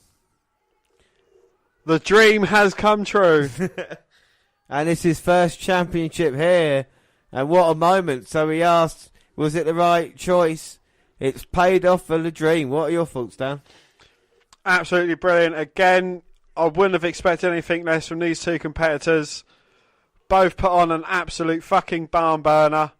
And the quality of wrestling we have seen, namely from NXT UK and NXT, has been absolutely superb. Yeah. 205 Live wasn't terrible. We see some great matches there as well. You know, you can't discredit them. But we have seen some absolutely great matches. Yeah, and this is, again, just brilliant. This is takeover worthy between these two. As Ciampa looks on, even that story of if he'd embraced Ciampa properly into the dark side, maybe he would have won. But, you know, Velveteen Dream gets his moment, and it makes the Worlds Collide tournament seems relevant now as well, but, you know, because of the Dream winning. Absolutely brilliant stuff, but we've got to move on. Let's play 494 on the 27th of February. Johnny Gargano opens up the show. He mentions showing the world that NXT is all about on Raw and SmackDown Live. Johnny Gargano, the show, he mentions showing the world what NXT is all about on Raw and SmackDown Live before discussing his match with Velveteen Dream. He failed as Johnny Champion, failing himself and the fans. He's about to talk about a revelation he's had when NXT Champion Tommaso Ciampa interrupts. Well, the champ tells Johnny that he's bet with Tommaso in his life. They proved it on Raw. He makes the case that they both need each other. He then proposes they enter the Dusty Rhodes Classic and become champions together. They shake hands. Johnny's on the dark side. Well, later on, Tommaso and Johnny walk out of the building to find Candice LeRae waiting very angry.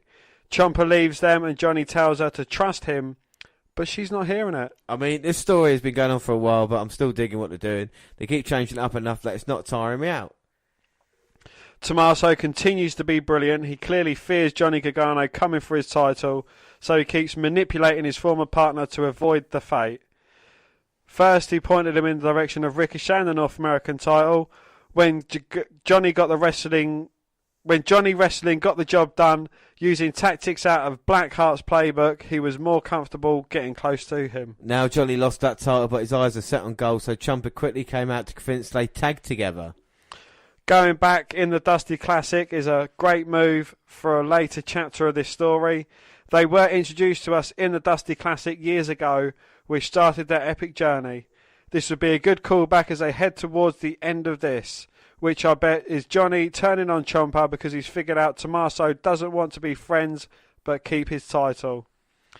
Then they have their final match in New York. Perhaps that's already Gargano's plan, and that's the trust me that Gargano pleaded to Candice. Well, this would have been an episode better suited before they went on Raw and SmackDown, and maybe they opted to keep them off the main roster TV this week. Now we have reason for them to team on Mondays and Tuesdays. And it is Vanessa Bourne and Nymph, and they defeated Tanara Conte and Zia Lee. And for your truly development segment of the week, this is it. It's no surprise the Hill duo they introduced last time took the win. Nymph may be the best suited in the role because she's part of the team. It's asking her to carry less of the weight and getting Bourne sometime on TV too. Bourne is still green, sure, but likely has the higher upside. Well, Zia Lee continues to impress. She was set up as a hot tag so she could get all her kicks in and didn't have to do much. But she's got that something that makes her feel special. And Conti still needs her reps, but she looks a bit more confident every time she's in there. And Dominik Jakovic versus Keith Lee ends in a double countout. Well, after the match, both men want to continue fighting. The referees make sure they don't. And this was a straight hoss fight. Yeah, Lee's man gave each other the best shots and couldn't get a win. A Djokovic moonsault to the outside put both men down long enough to miss the count. While the really fun, I may have enjoyed Dominic's frustrated facial expressions even more.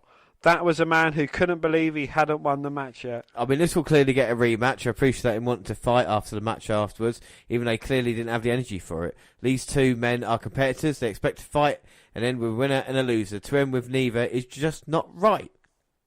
Well, that rematch should be a great time. And we get the last 4 teams of the Dusty Rhodes Tag Classic, and they're revealed as DIY, Ricochet and Aleister Black, Only Lorcan and Danny Burch, and Mustache Mountain. What an absolute fucking lush lineup that is. Well, we've got the full brackets before we go into main details. So, Dan, do you want to do left-hand side? Well, first up is Mustache Mountain versus the Street Profits. And then Only Lorcan and Danny Burch versus the Forgotten Sons. And then we've got hashtag DIY versus the Undisputed Era. And then Aleister Black and Ricochet versus Fabio and Marcel Barthel. Right, I'm just going to go on a whim here and say DIY in the top right, Ricochet and Black, Lorcan and Burch and Mustache Mountain. It's got to be, innit? I mean, I'd like, apart from maybe Street Profits and Forgotten Sons, I really like all the other teams, you know what I mean? Well, apart from Street Profits, Undisputed Era, Forgotten Sons and Icon and Barthel, I like all the other teams as well. Well, the final 4 teams are more exciting than the standard ones you introduced last week. They got Lenton DIY, they got the super exciting Mustache Mountain, and also the fantastic Lorcan and Burch. And Ricochet and Black are an interesting team, and I wonder if they were a last-minute addition, seeming as their teaming on the main roster. Were they put in here to add legitimacy to a team that was pretty thrown together? Or was this always the plan? And do they go further than planned, if it was a plan, since they do have to shine them up for the main roster?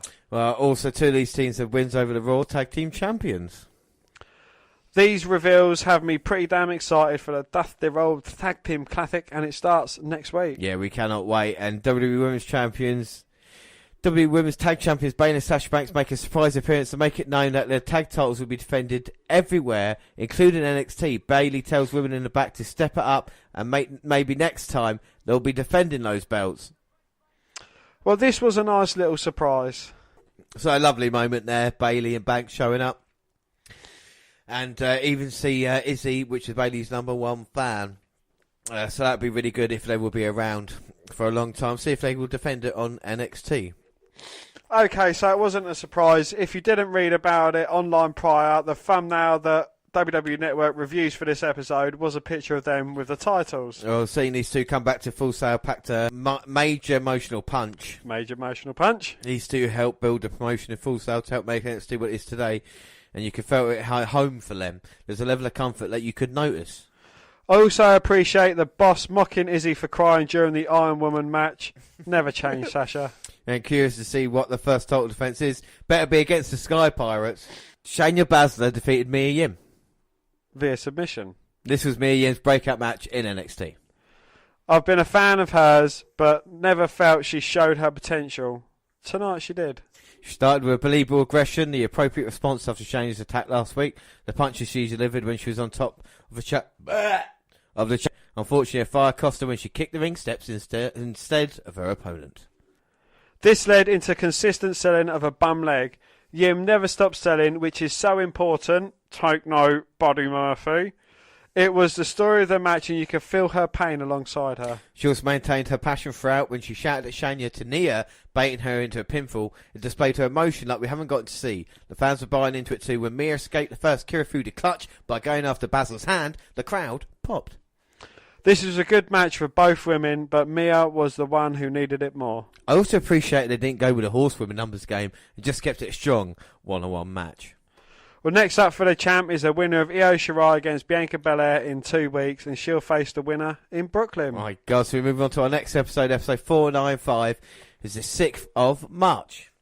We're getting in memory of King Kong Bundy, then a video of Pakar and a Dasik, which covers the history of the tourney, and intro/hype for each of the 8 entrants into the 2019 edition. It's time. Well, Rhodes' cowbell thing brings us in as Mauro Ranallo, Nigel McGuinness and Percy Watson run down the bracket as we see all 4 first-round matches tonight. The men who could be Raw Tag Team Champions on Sunday start us off. Here we go. So it's Aleister Black and Ricochet versus Fabian Eichner and Marcel Barthel. American Dream.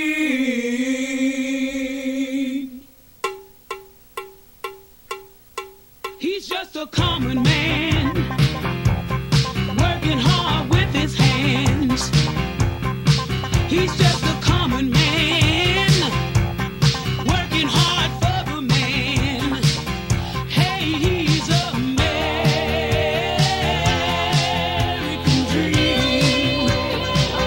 Hey, he's American dream. So we see the Dusty Rhodes Tag Team Classic trophy there, and we think about the teams that have won it in the past and the stories that we've seen, like Samoa Joe and Finn Balor, and of course with Team the Authors of Pain as well. I mean, look at Black and Ricochet, and you got to say they're a really strong tag team in this Dusty Rhodes. Yes, and if it wasn't for this all being pre-taped, we probably would have gone for a couple of picks of our own for bonus points, but due to unforeseen circumstances, NXT are twats. Yeah, they didn't announce it beforehand, so it just came upon and it was a bit too late. So who would you have actually gone for if you'd have seen the bracket? I would have gone for Ali B and Ricochet. I mean, you know, both my guys, both men I think are great in the ring as well. What about yourself? You know, it's difficult to not go Black Ricochet, but maybe you looked at DIY and thought maybe they're going to go all the way in this and tell a story in that way, you know. But so many great teams like Mustache Mountain and maybe Eichner and Barthel can do something here, you know, cause major upset. Major upset. And you've also got Lorcan and Birch as well, who are tag team of the year. Sorry, yeah, I've completely forgot about them, but they're awesome, yeah. It would have been silly to count them out. Anyone but the undeserving here, I suppose. Well, we're going to see all 8 teams in action here in this episode of NXT. So this should be a brilliant one as Black and Eichner start. Well, Fabian Eichner taking down Black, trying to get strung out the blocks, looking to tag in Marcel. And there you got the German and the Italian. They're teaming up brilliantly against the Dutchman. So a real international feel to the Dusty Classic. And the all-American Ricochet, the American Dream sitting in the corner. And now Black spinning over the back, kick to the midsection, takes him down with a senton, goes for the cover, but Barthel managing to kick out. Deep arm drag takedown, going straight into that armbar. Great transitioning for Black, but Barthel managing to get up to his feet, rolling Black through. Black with the kicks down, Eichner running in, but getting caught with an elbow by Black, who's fighting both men off at the same time. But a huge uppercut from Barthel, goes for the cover. Only a 2 count. 2. You can see the Europeans definitely perfected the uppercut. Upper what? And now sent him into the corner and Eichner gets to tag in. Italian, a German and a Dutch walk into a bar. Now the EU connection's just working on Aleister Black in the corner. Black trying to fight out the corner. But Marcel and Fabian stopping him and now double team spine buster. Oh, a kick to the jaw, knocked Ricochet off the apron. A cover, but only a 2 count. 2. And Eichner back on the assault, and they want to prove a point here tonight. Black managing to throw off Eichner, catching him with a boot to the face. He gets caught with an uppercut. And just so close to the corner, but Ricochet that time dodging that. Says focus in the ring. Oh, Black goes low, sweeps the legs. Well, Barthel looking for the tag, and so is Ricochet. And both men in, Ricochet jumping over the rope, kicking Barthel. Heads a takedown to Eichner. Barthel comes charging in. He gets sidestepped, sent into the second turnbuckle. And then Ricochet sends Eichner into Barthel. Causing Eichner to DDT Barthel whilst net breaking Eichner. And now here comes Ricochet to maybe finish things off. Huge back elbow. 619. Huge springboard uppercut. Running shooting star. 2. Oh, but a kick out from Barthel. Oh. Now Ricochet's got Marcel on the shoulders, but managing to fight out. Caught the big back elbow. Throw to the corner reverse, but Ricochet takes out Eichner. Gets caught in a corner by Barthel, though.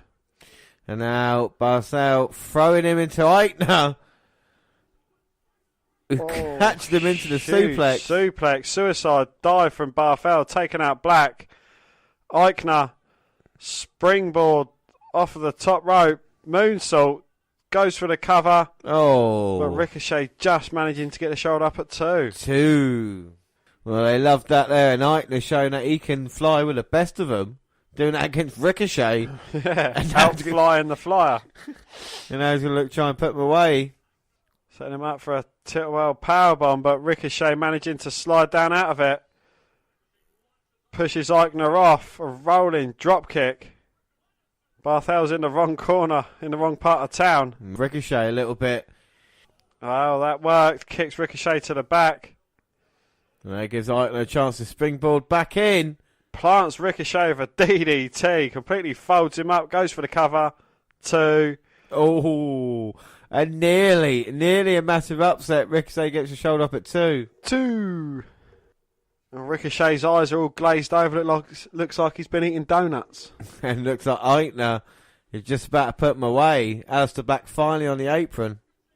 Barthel's been, and what a great match it's been. It's been the first one of the night. And Ricochet trying to fight. He's not really been in control of this at the moment, but he doesn't need to at the moment. Ricochet's doing it for him. Low bridges Eichner out of the ring. Jumps over Barthel, tags in Black. He ducks underneath. Double knees to the chest. Goes for the kick, misses. Oh! Sent shoulder first into the corner. Tags in Eichner. And Marcel. And Eichner with double drop kicks in the corner. What a great tag team this has been so far. By the European Union. And now Eichner's got Black up. Oh, but Black gets out of it. Double foot stomp. Ricochet springboards in. Takes out Barthel. Lovely head scissors takedown there from the turnbuckles. And I don't think Ricochet. Suicide dive. Well, that's Marcel Barthel's night over, I feel. And Ricochet. So you're left with Eichner and Black in the ring. To go mano-a-mano. Eichner's looking at his partner. Ricochet with a springboard moonsault. Gets caught. Rolls through but gets rolled up into a cover. Oh my God, Black nearly got caught there by Eichner. And a chop, and Eichner's bringing it. Uppercut. Oh! Black mass kick. 2, 3. And again, a black mass kick out of nowhere. But again, a fantastic match involved with these 4 men. And Fabian Eichner, Marcel Barthel. I am so pleased with these 2. You know, they really are bringing it. But what a great match to start us off, you know, Dan. What are your thoughts? Yeah, outstanding from Fabian Eichner. Brilliantly brought it as well. Just NXT on the whole has been absolutely brilliant. And James, from 205 Live to NXT UK, back to NXT. Well, the 2 big strong boys are getting ready when NXT Tag Champs War Raiders walk up for a quick stare down. We then get highlights of last Wednesday's double count out between Keith Lee and Dominic Djokovic. We see Lee training with Drew Gulak, Danny Burch and Eric Bungenhagen at the PC when Djokovic barges in to margin to finish it. They're separated and we learn that the rematch is in 2 weeks. Well, James, from 205 Live to NXT UK to NXT, it is the tag team of the year, Oney Lorcan and Danny Burch, 1 and 2, going against the Forgotten Sons. So we've got Steve Cutler and Wesley Blake who are going to compete in this. Of course, Jackson Riker at ringside looking on. But here we go. I love Burch and Lorcan, and we've seen Oney Lorcan on 205 Live, NXT UK, and now NXT, eh? What a brilliant thing. You're a cunt. Let's see. You can see him against Forgotten Sons. You got to think, surely, Dan. Don't call me Shirley. That Burch and Lorcan are going to be the favourites, so they might be already looking to put Steve Cutler away. Well, Danny Burch snatches the leg out from underneath Cutler. Tags in Oney Lorcan. Now, spinning backbreaker, that was impressive. And let's not forget, Wesley Blake, former NXT Tag Team Champion, so you know what it's been to be a top of the Tag Team Mountain. They was Tag Team Champions when we started this podcast. Exactly. So that just shows you how much he's changed as well. But does it show you how much he's been kind of unappreciated? I mean, his former tag team partner's current cruiserweight champion, and he, 4 years later... Exactly, but he's not as... Still here? Exactly, he's still here, so talk about development, he obviously sees something in him, so they want to give him a chance. You wouldn't say he's got the great physique, but the Forgotten Sons gimmick is what they're going for, and they'll maybe look to build, maybe have one great win against the Street Profits, but apart from that, not much else, so they got to prove it here. These are two big burly men going against, well, our tag team of the year last year, and the Forgotten Sons working on only Lorcan. Double backbreaker to Lorcan, though. Cutler with a cover. Do you think it's their strategy to go for the lower back maybe on Lorcan? They've been focusing on the early going. Well, you know, it does make for good eatings if you target a body part. We've seen it in the past. I wouldn't know who's the strongest out of Lorcan and Birch. Maybe say Lorcan's got a little bit more in the tank, so trying to take him out, let Danny Birch fight it. He's, of course, the veteran. And again, double team move in the corner. Roll up only a 2 count. 2. But again, the Forgotten Sons, are they a rip-off of Sanity, of the Wyatts, or... Well, not really, because they're the kind of own little faction, aren't they? You know, Sanity, they had the crazy side to them. Wyatts, you know, any kind of team or group like that, you know, I mean, they're called the Forgotten Sons, but we need to know a little bit more about them, you know. I guess they're kind of southern and they like that sort of things, but... You know, we're not seeing any chewing any tobacco or anything like that. But you don't know what they want, do you? No, you know, this is the thing. And with Lorcan and Birch, they just want to be the best tag team. It looks like the Forgotten Sons are the sons of Skinner. Yeah, or something like that, do you know what I mean? Or like tobacco chewing wrestler. And now here comes Danny Birch, got the tag in after Lorcan's been worked on a while. And the Dusty Rhodes are there. He's on fire, baby. And he is, and he's not stopped yet, as he avoids Wesley Blake now, hits him with a beautiful drop kick. Sends him scrambling into the ropes. Oh, but Cutler's get a tag in. Birch hits the German. And he sends Cutler flying into the corner. And Birch might do this single-handedly. He could do this single-handedly. Big clothesline, step up in security. Now Birch on that second turnbuckle. Again, another seated drop kick. You can't just... He's just got to be entertained by watching Birch. And Lorcan, he nips up, tags in Oni. And that lower back is still troubling, but look, try and put him away now. But Lorcan's saying he can't pick him up. He's doing his best to try and assist his partner. And Birch there wasn't great, and Blake comes in and throws him to the outside. Lorcan is a legal man, but he's not 100%. Left in there with Cutler. But he'll still give it his all. And he's fighting now. Oh! Huge uppercut sends him back into the ropes. Flying over the top, taking out Wesley Blake. Helping his tag team partner out, and then flies back in, takes out Cutler again with the uppercut. Gets turned inside out of a lariat, though. And now he's got him up. Double underhook backbreaker. Goes for the cover on Lorcan. Oh! Just manages to kick out. But Cutler not finished. Boston Crab lock. And that is very deep as well. In the middle of the ring, Birch is nowhere to be seen at the moment. Lorcan's lower back causing him all sorts of pain. And Cutler pulls him in right into the centre of the ring. Birch with a huge headbutt. Breaks it up. And now Birch wants a tag, shouting at Oni, come on, son. Well, the fans want the tag, we want the tag. Tags in Danny Birch. He said, Oni can't help, do it yourself, son. Oh, Cutler, though, managing to fight out with a huge elbow to the jaw. Well, Birch couldn't use his tag team partner, but Cutler can. Drop kick to the back of the head with an assisted DDT. Oh! Goes for the cover, but Birch just managing to kick out. Well, I don't think the Forgotten Sons can believe it. And Birch is tough as old boots. Another tag, and now they're going to look to put him away again. It's got him up, but Lorcan looking for the tag. He gets in. With bad back and all, and he's fighting both men.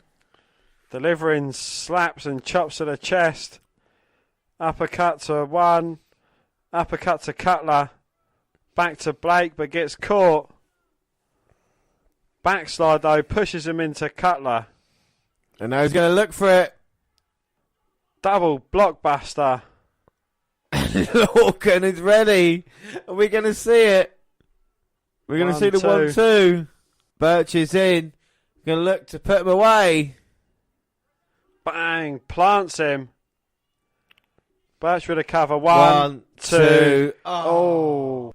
And Blake there managing to save him at the last second. Only gets the tag in. And Birch looking to put Cutler up on his shoulders. But he's holding on. Well, Blake back up. Birch catches Lorcan. Buckle bomb to the knees of Cutler. And I don't think they're finished yet. Blake's got him again. Double foot stomp with a neck breaker. 1, 2, 3. Oh my God, and the Forgotten Sons have knocked out our favourites. Lorcan and Birch are gone. Oh my God, that is a surprise here. Forgotten Sons are through. But another great match, though. Yeah, again, you know, all these matches have been sublime. They really have. And again, delivering a real surprise. You know, don't get me wrong, I know Birch and Lorcan can go, but Forgotten Sons actually look really, really good in this as well. And it's quite a nice surprise that they go through to the next round on the Dusty Classic. Well, the new North American champion Velveteen Dream is here and heads to the announce desk. He poses on it, a couple of blokes in the full sail chanting his name. He grabs a mic to remind us he's the new champ. He's about to give us another reminder when we hear a familiar bro. Well, Riddle just came out to say hi and congratulate Dream on his recent victory, but real talk, Riddle wants to get a closer look at the North American Championship. Velveteen shows him, and Matt says he wonders what it looked like around his waist one day, bro. Dream says Riddle must be on cloud 9 today because he's not his bro, and the spotlight snaps fingers lights everywhere but on him. Is his dream over? We get an interview with Io Shirai and Kairi Sane from the Performance Centre. Shirai says Bianca Belair is good, but she hasn't beaten Shayna Baszler like she has. Kairi says she wants the women's title back, but this is Shirai's time, and she believes in Io. Shirai says she'll beat the EST and then cuts a promo in Japanese.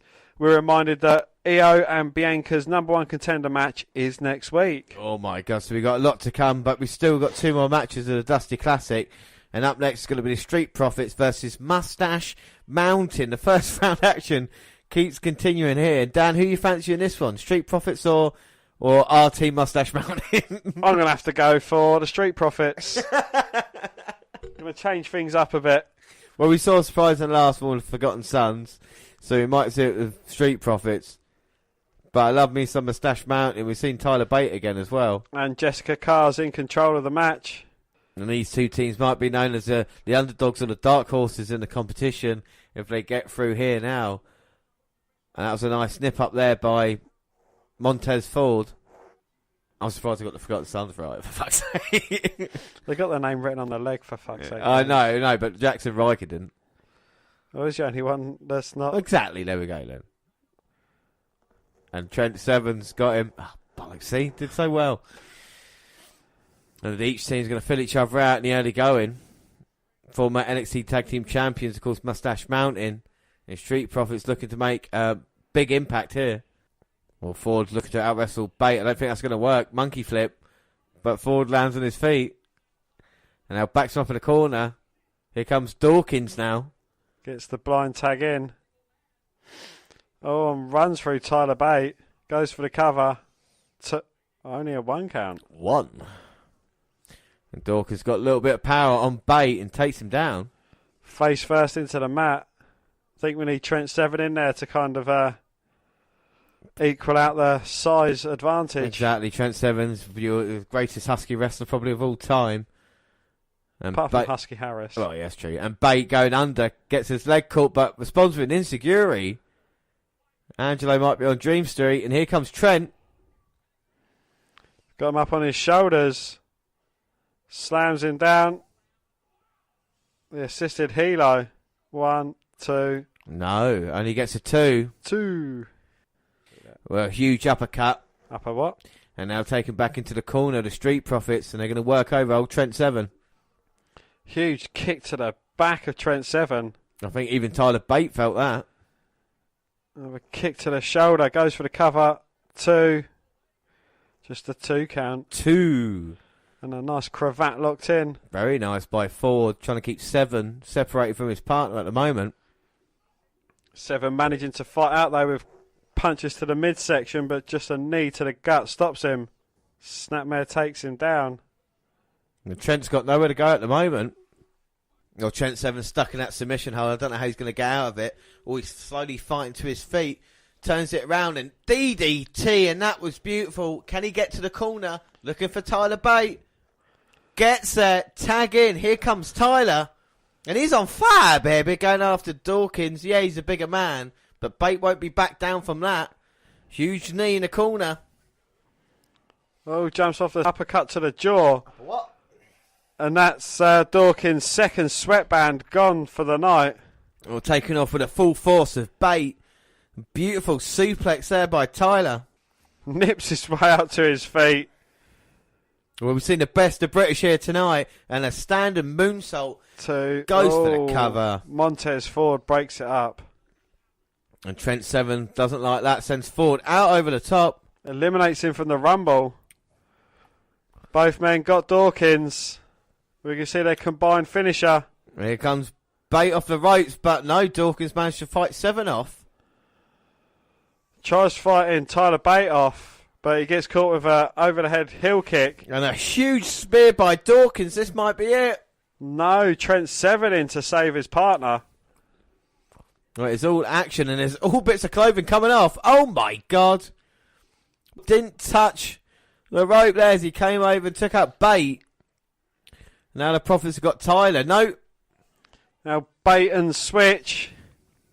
Poor Tyler hurt his hand as he looks for Tyler Driver 97. No, backdrop by Dawkins. He's in the wrong corner, isn't he? Well, he landed on his feet and now here comes Ford. Spinebuster. Oh my God, he was up in the rafters with that one. Frog splash. Oh! Only a 2 count. 2. Look at his eyes. And 7 couldn't save him, but Bate still got the shoulder up at 2. 2. And now Street Profits want to put Tyler Bate away. And now Dawkins trying to pick Bate up on his shoulders, but 7 up on the apron. And a chop to Ford. He's on the apron. Oh. And Tyler Bate now got him up. Deadlift German. No. No, he can't. Plants Dawkins. And now 7 wants a tag. He gets it. Oh my God. Trent 7 picking up Dawkins. Think of the power it takes. Oh! Double foot stomp. Trent rolls over for the cover. 1, 2, 3. Mustache Mountain win and another blinder. And like you say, Dan, the action here is just fantastic. And it's third tag team match and another completely different thing. What are your thoughts on that? Yeah, again, absolute great story told. All 4 men involved in it put on a performance of a lifetime. And, you know, it just goes to show the depth of the talent they have over these brands. Without a doubt. And up next, well, the main event is going to be Johnny Gargano and Tommaso Ciampa versus the Undisputed Era. Both men have just come out to face each other. They can see the trophy, and all of a sudden the DIY logo goes in the background. The team is back together. This is huge times. The fans are happy for it. And they got to go against the Undisputed Era, who are already in the ring. And it's going to be the old-fashioned Undisputed Era, Kyle O'Reilly and Bobby Fish. Handsome Kyle and beautiful Bobby. Hashtag DIY. We've not seen them team for 2 years, and now they're back together. So here we go, Gargano and Fish to start us off. Collar and elbow tie-up. Fish back and Gargano up in the corner. Now going to work on the midsection. So are you backing in this one, ain't Jimbo? You've got to say, old DIY. I know Undisputed Era got the power, got the numbers. But, I mean, these 2 men, if they're together, unlike anything else, Gargano gets his leg caught by Fish. Well, he lost his North American title recently, but maybe looking to replace that with tag team gold. I'm going to have to say DIY because I hate Undisputed Era. Yeah, that's true. At least we've not seen Adam Cole so far. So, well, we've seen him in glimpse, but not a match. Yes, well, it's been great for me. No Mike Kanellis matches, no Adam Cole matches, no Buddy Murphy matches. I mean, what more could I want? Exactly. And now Ciampa's in and they're looking like a well-oiled team. Snapmare takedown. And now he's just got the knee on the face of Kyle O'Reilly. He's got gold. He's looking to become a double champion. And now Ciampa's just stomping down and Fish in the corner. Ciampa just making sure the knee's all right. He goes back to the attack. Aren't they? I think all the history and everything these two men have had. So weird to see them teaming up now. Yes, it seems like it's coming full circle. You had them together. They fought together in the Dusty Rhodes Tag Team Classic, baby. Yeah. I know, and that's where we had the Johnny Gargano Award for Most Punishment taken in a match as well. And incredible, by DIY. But the Undisputed Era, to their credit, have won the Dusty Classic as well.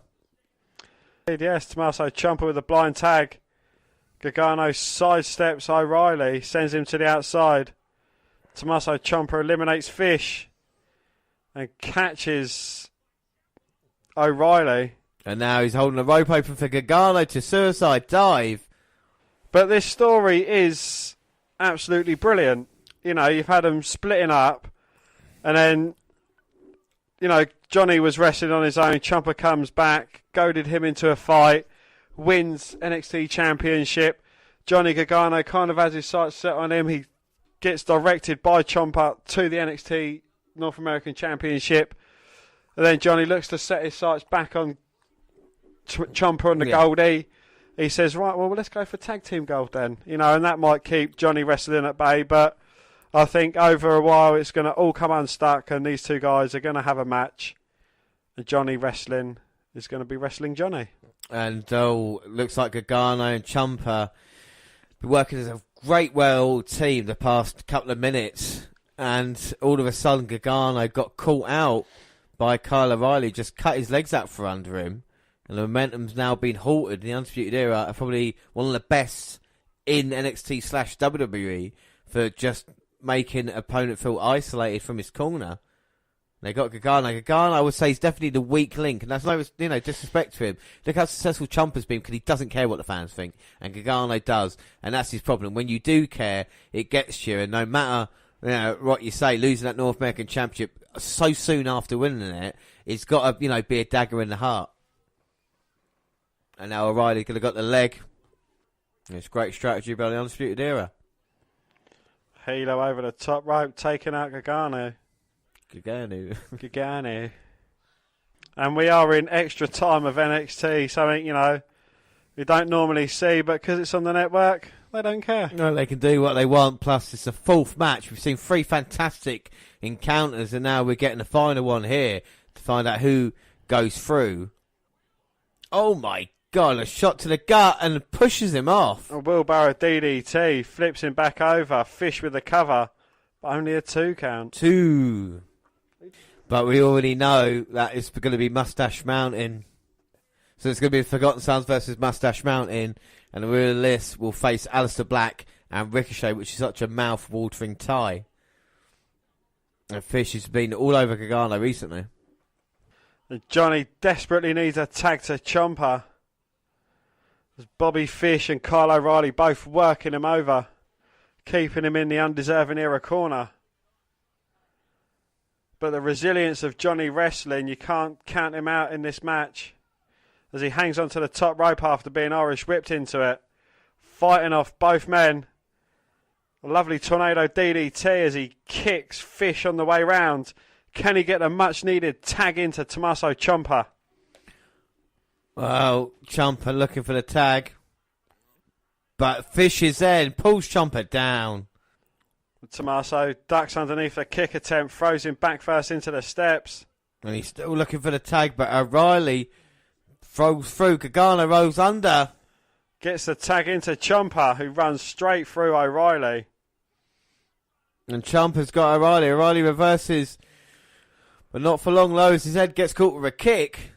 And I've not seen this far in Ciampa for a long time. Knee to the face of Fish. But now O'Reilly with the combinations.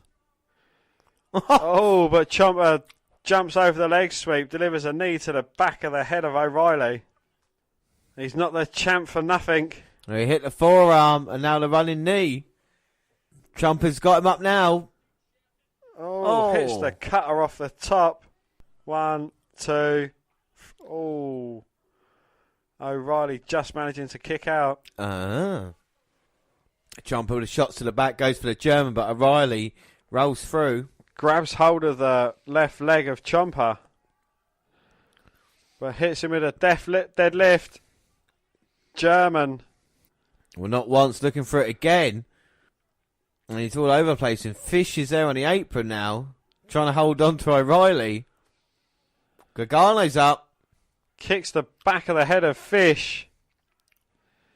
And then flies off the ring apron. Ciampa rolls through, takes O'Reilly down too. Oh. Spinning sit out powerbomb. But somehow O'Reilly managing to get up at 2. 2. Tags in Gargano, now looking to put away O'Reilly. Kicks Tommaso Ciampa. But Gargano hits him with an elbow, sends him into the corner, but gets deposited onto the outside. Fish sneaking round to try and take him out. But Gargano springs his way in, but gets caught. Now O'Reilly's there, he's got it in, body scissors. With a guillotine. Now Gargano won't tap, surely. Don't call me Shirley. Powers up O'Reilly. High enough for Gargano to get a running knee. Rolls through with a pin. 1, 2. Oh. Well, Ciampa's helped, but Gargano still couldn't get O'Reilly down, managing to kick out. Final flurry, and both men with the elbow shots and knee strikes to each other. Now, who will be the final team through? O'Reilly with a kick, but Gargano responds. O'Reilly's forearm. Spinning elbow, spinning lariat from Gargano, though. O'Reilly rolling through the ropes, and both men take each other down with a huge clothesline. And rightly so, the fans on their feet applauding this action. Fish gets a tag, but here comes Ciampa. Goes down low to the midsection of Tommaso. He catches Fish with a kick to the head. Oh, now Ciampa's trying to bring Bobby in, but blocks it, gets caught with the forearm. Goes down low, both men in a precarious position. Tommaso looking to suplex. Oh my God. Bobby Fish off the edge of them wafer thin mats. Fish back in, but Ciampa catching him with an elbow. Looks to go up top. And Bobby Fish now going to look to superplex. Ciampa, just imagine getting a pin over the NXT champion as well. And what that would do for bragging rights. But Ciampa pushes him away. O'Reilly throws Gargano into Ciampa's caught. And now Fish all the way up. Oh my God, Falcon Arrow off the top. O'Reilly off. Knee to the chest. Goes for the cover. 1, 2. Oh. Straight transition into the armbar, though. Tommaso's got his arms locked together trying to fight it off. Well, if O'Reilly could break it and Fish up. Flying headbutt. Breaks the hands. Oh my God, released him. He's got nowhere there. Got the leg. And Gargano's in. Pushes Fish. Breaks up the submission attempt. Well, Fish sent to the outside by Gargano. O'Reilly sends Gargano to the outside. And he's just going to join him. Oh, running off the edge of the ring apron. Knee to the jaw of Ciampa. Throws him back into the ring. But he caught him with a draping DDT. Tags in Gargano. And Gargano's in now. Springs his way over the top with his own DDT. Goes for the cover. 2. Oh. Well, credit to O'Reilly to manage to kick out. Tommaso wants back in. And now they're going to finish things off. Ciampa taking down Fish. Is we going to see something we haven't seen in a long time? Boom. The DIY finish. Goes for the cover. 1, 2, 3. And I knock out the Undisputed Era in a cracking match. I love the Dusty Rhodes Tag Team Classic. What do you think of the main event? Yeah, it's been absolutely great. But all these matches have been main event. You know, we've seen, 12, 15 matches from 205, NXT UK and NXT, and they've all been absolutely on point. And, you know, I'd pick a favourite. This has been unbelievable here so far with the Dusty Classic. If you continue like this, it might be the best one ever. What a performance by Gargano and Ciampa, and what story it tells as well with the team. And the Undisputed Era, they need a victory soon, but again, put forward tremendous effort. O'Reilly and Fish looking great, but Dusty Classic first round has been a tremendous success. There's not been a bad match amongst them, really. No, not at all. No, they've all been great, all told a brilliant story, all been different, but all been very well thought out and shown as well. Episode 496, and it's the 13th of March. Before Mustache Mountain challenge Grizzled Young Vets, James, they've got the Forgotten Sons in a Dusty Classic semi-final match. So this is going to be very interesting. I mean, the boys are looking very strong tonight. And Rikers at ringside for Wesley Blake and Steve Cutler. So this is going to be an interesting match. Forgotten Sons maybe getting through. I don't know if it's a fluke or not, beating Lorcan and Birch, but they did get the job done. And Mustache Mountain are here. And of course, they'll be ready, getting through the Street Profits in the last round. So here we go. We're going to start Wesley Blake and Tyler Bate. Blake and Bate. And we've seen a lot of Bate on this episode. That's not a bad thing. That's a good thing. Blake slamming Tyler Bate, getting a tag in to Murphy. No, sorry, wrong tag team partner. Well, no, here we go. He's taken down as well. And Cutler's in a bit of trouble and easily suplexing him up and over. Going for the count, but only getting one. One. Mustache Mountain have gone for a different style trunk. They've gone for the black and grey checks.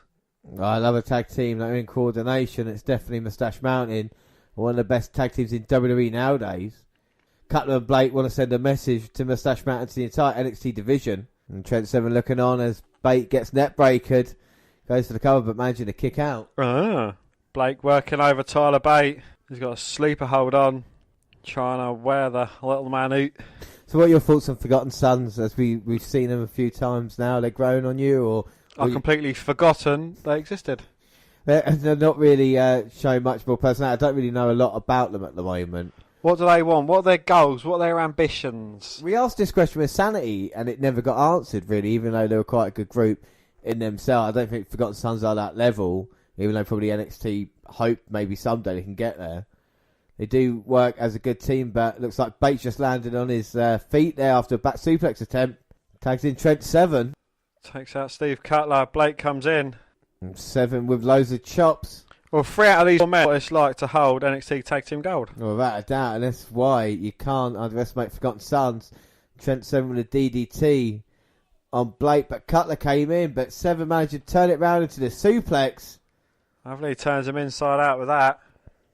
Only gets a 2 count though. 2. Blake Irish whipped. Blind tagging for Cutler. Goes between Trent Seven's legs. Oh, and Cutler just the back of Trent Seven's left knee. No, if you're going to target a weakness in Mustache Mountain, it might be Trent Seven and his knee that's caused him a lot of trouble.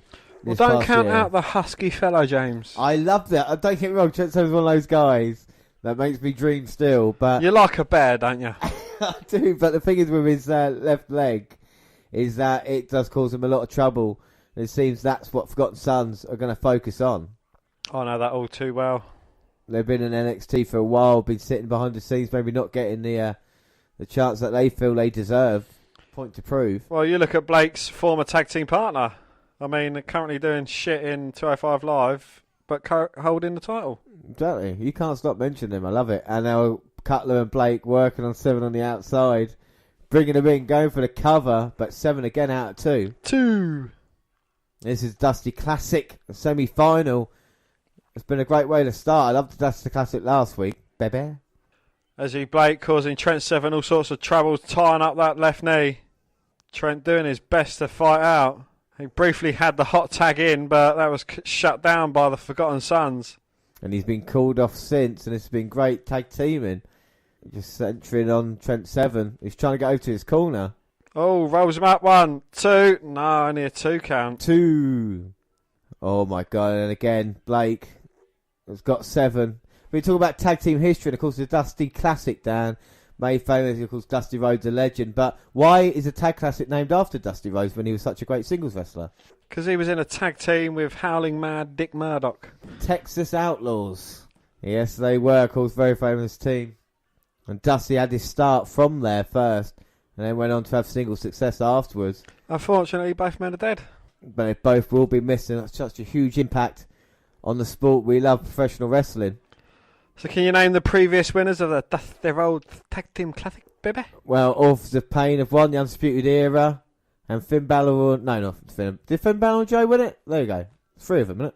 Well, we're concentrating on who's going to win this year. And at the moment, it could be between Mustache Mountain and the Forgotten Sons. And a double clothesline there by 7 into Cutler. Can he get the tag? Yeah, he can. Well, both men get the tag. Blake jumps the ropes. Cuts down Blake. Shoulder block takedown. Irish whip to the corner. High back body drop.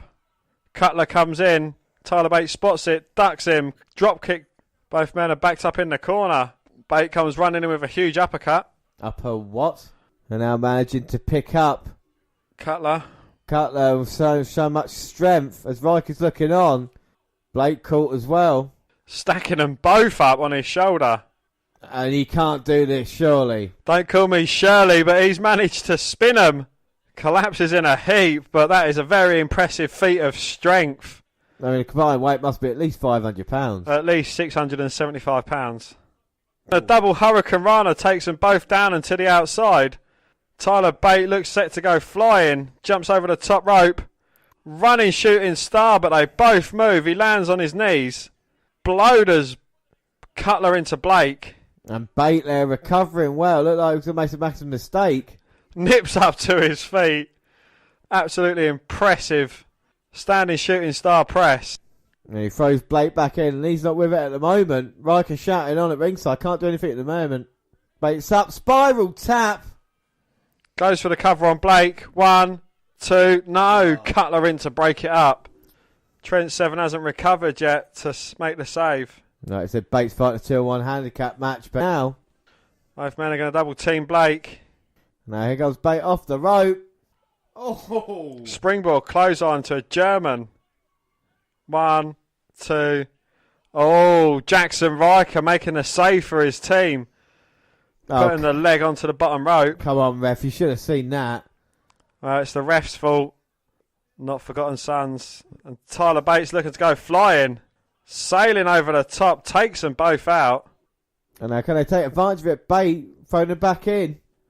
Blake's back in the ring. Gets the tag in from Trent Seven. Tyler going up top. Can Trent Seven pick him up, bad leg and all?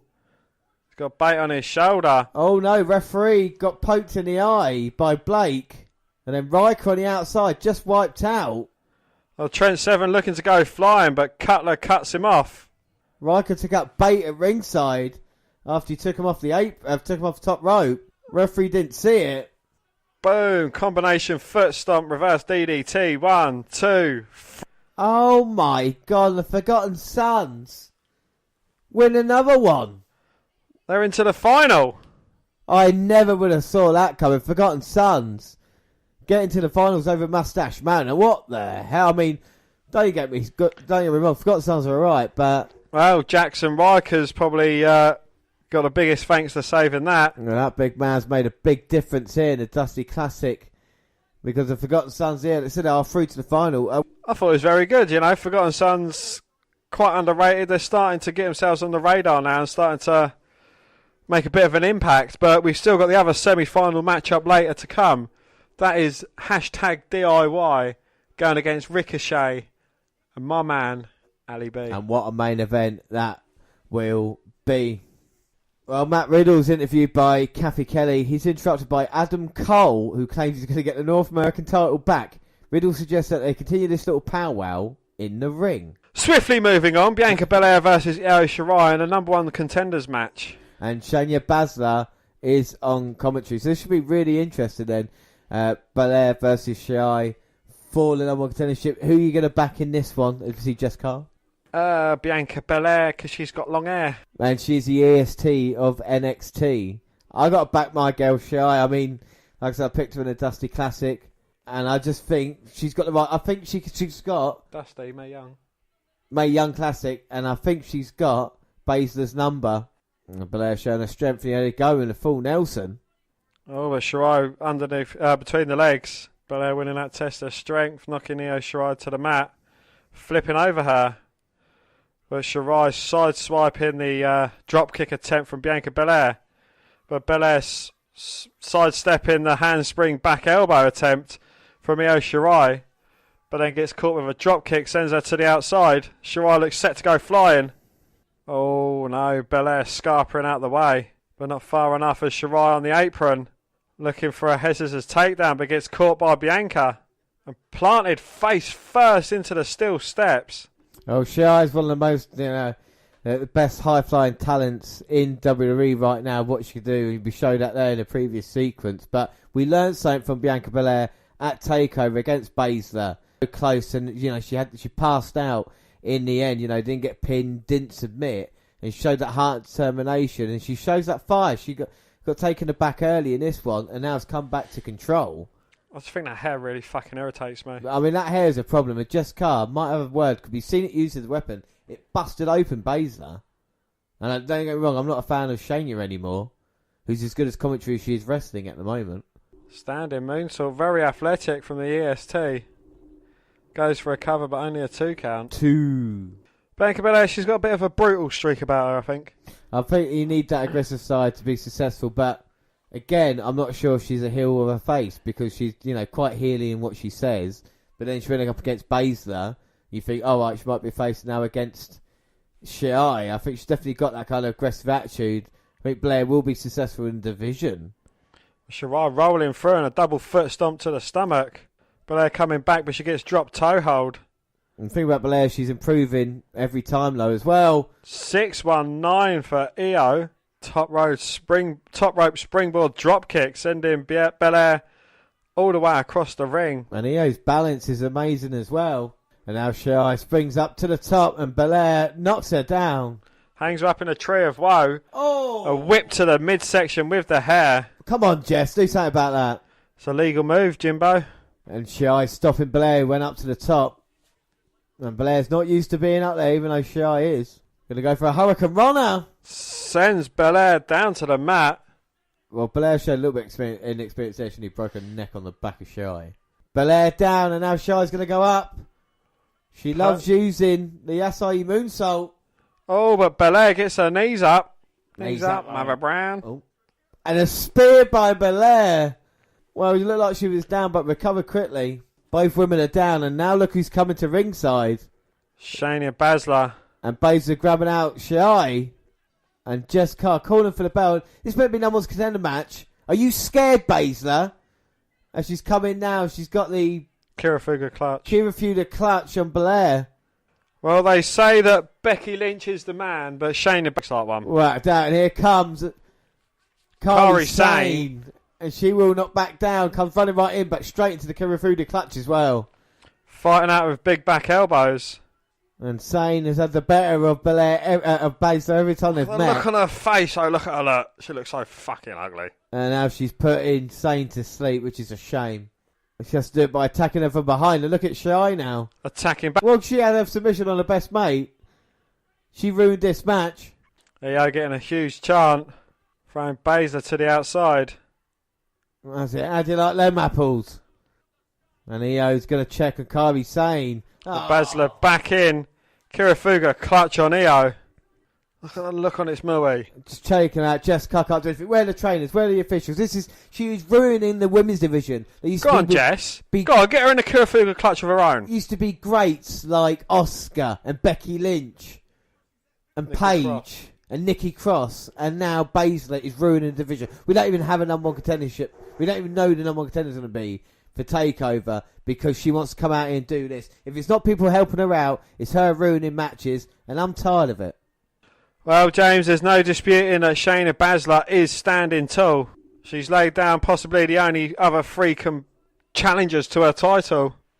If that's not a dominant statement, I don't know what is. Well, the fans chanting boring, but she has sent everybody to sleep, so you can't argue about that. We get a video recap of Dominik Dijakovic and Keith Lee match and a Performance Centre confrontation from last week. These two will fight again next week. Well, Shayna is told backstage that at TakeOver New York, she'll be defending her title against all three women. So here we go. We've got a fatal four-way match. Baszler versus Belair versus Shirai versus Sane. Let's pray and hope that her reign of terror is coming to an end. The main event for tonight's NXT is the reformed #DIY going against my man Ricochet, my man Ali B, in a Dusty Classic semi-final match. Yeah, well, the finals of the Dusty Classic are in 2 weeks. Let's not forget about that. And we'll bring you the Classic on our live show for NXT TakeOver. At least the men's division in NXT is good. Fucking awesome. When did you get the men's? I'm going to miss Ali Black when he moves up to the main roster. And like I said, what talent these 4 men. 4 great talents. Held gold in NXT. And all, I would say, if you're going to have an NXT Hall of Fame, these 4 men would already be in there. But I never thought we were DIY ever again. They're coming out here, Gargano, Ciampa, like a proper tag team. I still can't believe it. Wearing their old DIY t-shirts as well. What a story. The Dusty Classic. Gargano looking at the trophy, and of course, Ciampa coming out here with Goldie. And these 4 guys faced off at halftime heat alongside Dream and I can't remember who else. Adam Cole, baby! And it was a great match, Dan. You're right about that. So this one should be even better with those 2 nights. And it's an opportunity to challenge, to meet, I can't remember who they are, the Forgotten Sons or something? Yeah, I need to call them the Street Profits. The Forgotten Sons, are in the final.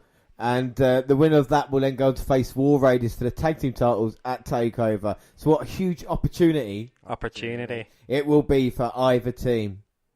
But are Gargano and Ciampa actually properly in cahoots? Well, from what I've seen, I don't think there's any shenanigans, and they've worked well all team. We saw them going against the Undisputed Era last time out, and they were brilliant. I think DIY like this.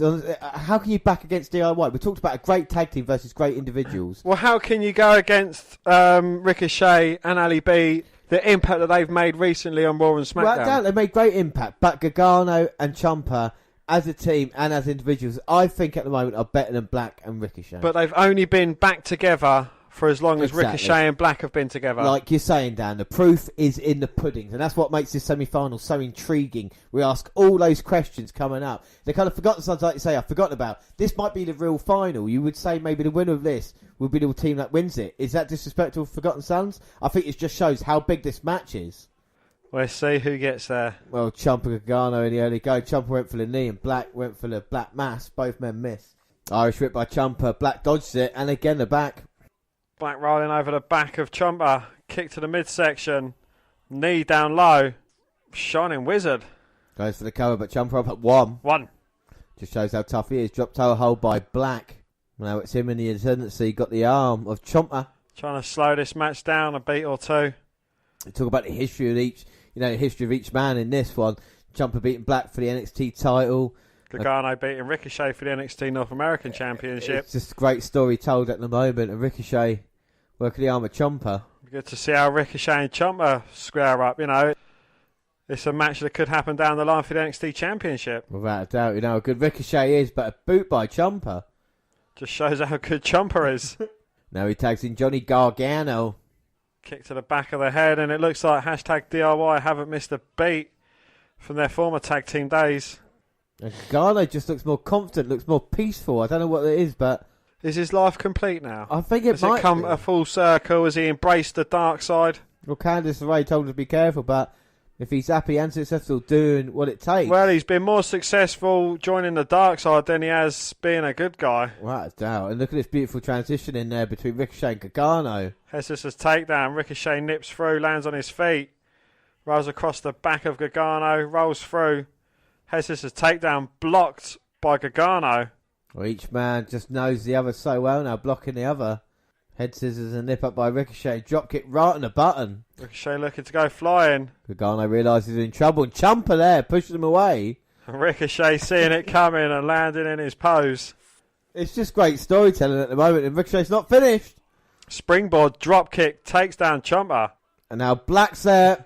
Fake out and sits down because he sits where he wants. And Ricochet sitting next to his heaven. And the fans absolutely loving it. And we are as well. DIY down and out, and Ricochet and Ali B sitting and posing. Alistair Ricochet chant going through the crowd. And this is the same crowd that wanted DIY to get back together again and was chanting for them loud as fuck. I just think how, loved Gargano has been and how hated Ciampa. Now working as a team, and Gargano came in with a spear, taking Ricochet down. But Ciampa holding up the referee. Snap suplex by Gargano. And he floats over, but only gets a 1. Now Ciampa's in, just trying to control Ricochet in the corner. DIY trying to dominate this match by just slowing proceedings down. Just putting it into their pace. Slow, methodic pace. That's the best way to counteract a fast high flyer like Ricochet. And he just tried to take his neck off there with a slingshot. Now Gargano in. Oh, the difference, grabbing a leg each and just separating them. And Black just there looking on. Neck breaker from Gargano. Well, goes for the cover, but only gets 2. 2. And Gargano front face lock, bringing it back into the corner of DIY. Ciampa tags himself back in. Ciampa with a net breaker taking Ricochet down. And he just stares at Black. Oh, and Ciampa goading Ali B into the ring by just sitting down in front of him. Has to get into his head and just try and put him off his game. Well, Ciampa, he is the master manipulator we've seen of NXT's past few months, controlling kind of not only his NXT title scene, North American, but now the tag team division as well, and everything that he does. Well, I think, he's definitely got Johnny Gargano in the strings. Right, one of the best heels, going. Ciampa does everything that makes him so, disliked. And Gargano's going to follow suit. He bent the arm back, still on that, and now tags in Ciampa again. Ricochet trying to fight out from Ciampa. Ciampa's got the vice-like grip on. Ciampa looking for Gargano, can't reach him either. Boot to the jaw, step up from Johnny Gargano. Jumps over the top rope looking for that DDT, gets caught by Ricochet, who takes down Ciampa. Oh, but gets taken down by Gargano. Well, Gargano goes for the cover, Ricochet out at 2. 2. And you can just feel the heat coming out of Aleister Black. Just wants to get in there, get a piece of Gargano and Ciampa. Huge running knee from Ciampa. Goes for the cover. 1, 2. Oh, only a 2 count. 2. And I thought that might have been the job done then. You see the faraway look in Ricochet's eyes and you hear the impact. But now Ciampa's got hold of Ricochet and there's going to be classic double teaming by DIY. Ricochet ducks underneath them both. Catches Ciampa's foot. Back elbow to Gargano. Kick to Gargano. Throws them into each other. Swinging net breaker to a DDT. It's just poetry in motion with Ricochet. It is. And he hits Ciampa ends up hitting the DDT on Gargano. And it gives Ricochet a chance to get to Ali B. Yes, finally gets over. Hot tag to Ali B. Who comes in and he's on fire, baby. Running through Gargano. Not once, but twice. Now just kicking the legs out from underneath him. Running knee to the side of the head. Flips up to his feet. Springboard and takes out both of DIY. Goes for the cover. Only a 2 count, though. 2.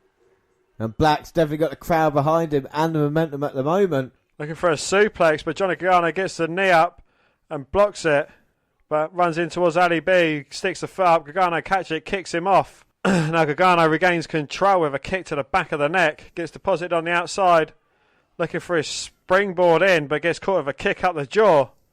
Buster suplex from Ali B. 2. No, Ciampa in to break it up. No, Ciampa had to get it there. I don't think Gargano was getting out of it. Ricochet caught and thrown outside. Ali B catches him and throws him outside on top of Ricochet. So now 2 men left, Gargano and Black. And a deadlift German there by Black, but Gargano blocks it. Ali B hits him with a back elbow though. Ciampa tags himself in. Oh. And runs into a knee from Ciampa. Black didn't realise, and now Gargano with a super kick. And it's looking for the DIY dual super kicks. No, Ricochet in. Ali B with the knee up to the jaw of Ciampa. And now Ricochet off the second turnbuckle. Moonsault lands on his feet somewhat. Runs into a super kick from Gargano though. But Ali B out looking for the kick to the head of Gargano. Jumps over the leg sweep attempt from him. Oh my God, Ciampa's got him in the tower, London. And he hits him on the apron. Both members of DIY in. Springboard over the top. Plants Ali B with a DDT. Goes for a cover. 1, 2. No. Black kicks out. As Ciampa hits Ricochet with a draping DDT. Oh my God, it's beautiful. Now Gargano spinning all the way around Aleister B. Lands down on him. Going for the Gargano to escape. Escape. Gargano escape. And Ciampa's in to stop Ricochet, and he's got the arm. We've got double submissions here. Ricochet managing to fight out. Powering up Tommaso Ciampa. Oh my God, that's an impressive show of strength. Oh. Death Valley drivers him onto Gargano. And all 4 men down here in a classic encounter. Huge NXT chance. But let's remember, Gargano and Black are the 2 legal men at the moment. With Johnny Wrestling trying to get to the corner of Tommaso Ciampa. Wait a minute, I think Gargano's hurt his left leg. Seems to be struggling at the moment on it. And he's down on the outside of the left knee, and Ciampa checking on him. Is Ciampa more concerned about his friend and his potential tag team championship opportunity? I think Gargano's saying he's hurt, but Ciampa, go on. Carry on doing it. Ricochet gets the tag in. And with Black nearly wiped out as well, it's nearly a one-on-one match between Ricochet and Ciampa. Ricochet going against the current NXT champion. What huge and yay and A punches, and Ricochet's getting the best of this. Oh, Tommaso Ciampa though spins round and catches Ricochet with a shot to the jaw. And Ricochet with a knee, but gets his leg caught. Flipped over. Knee to the jaw from Ciampa, but a backflip knee to the head from Ricochet. Oh my God, the level of wrestling we've seen in the past couple of podcasts has been amazing. It is. NXT is the place to be. Aleister Black on the apron, looking for a tag to Ricochet. Johnny Gargano can barely stand. He can't get up to help Ciampa at the moment. Goes for the knee, but missed. Here comes Black with a kick blocked. Looking for the fairy tale ending. Black mass kick. Tags in Ricochet. Well, Gargano can't get in to help. Ricochet on top. 630 splash. Goes for the cover. 2, 3. And Ricochet has pinned Tommaso Ciampa, the NXT champion. But more important than that right now, it means Aleister Black and Ricochet have booked their place in the Dusty Classic final against the Forgotten Sons. And what a match we have just seen there. We now know Forgotten Sons versus Black and Ricochet is a Dusty Rhodes Tag Team Classic. But what about what we just saw? Absolutely fucking amazing match. We know what all 4 of these guys are capable of, and they always deliver. Again, you got a little bit of storytelling going on. You know, Johnny Gargano hurt himself. Tommaso Ciampa, is he showing a bit of a human side by checking twice? Yeah. He checked on him, making sure everything's all right. But still, he's gutsy, going for it alone, coming up too short, getting hit by a black mass kick and a 630 splash, finishing the match for him. What's Ciampa's thoughts going to be after losing another Dusty Rhodes Tag Team Classic match with his DIY partner? Yeah, I mean, it's incredible when you think, like you say, the history of DIY have of losing, but maybe it was just unfortunate with Gargano's injury. But Ricochet, a great tag team as well, and a black mass kick and a 630 splash. A lot of people aren't going to get up.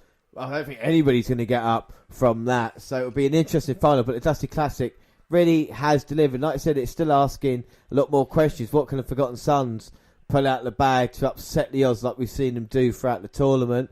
You know, with Black and Ricochet as well. Of course, we'll bring in that final at the live show for NXT TakeOver as well, so it should be great. As for Gargano and Black, I don't know what the questions are, you know, as we'll see. Hopefully in the future, time to get answered. Candice LeRae comes down to check on her man, Johnny G. Well, it could be a serious injury here. And Ciampa's got hold of Goldie and just sitting on the apron watching. But isn't this reminiscent of their loss to Authors of Pain? I mean, Johnny Gargano injured his leg. Well, you got the Johnny Gargano Wall for most punishment in the match. Exactly. For that, and it's unfortunate to see. What would Ciampa's reaction be this time to them losing? Well, he's going to check. But the important thing is in this little story, he's left Goldie on the ring.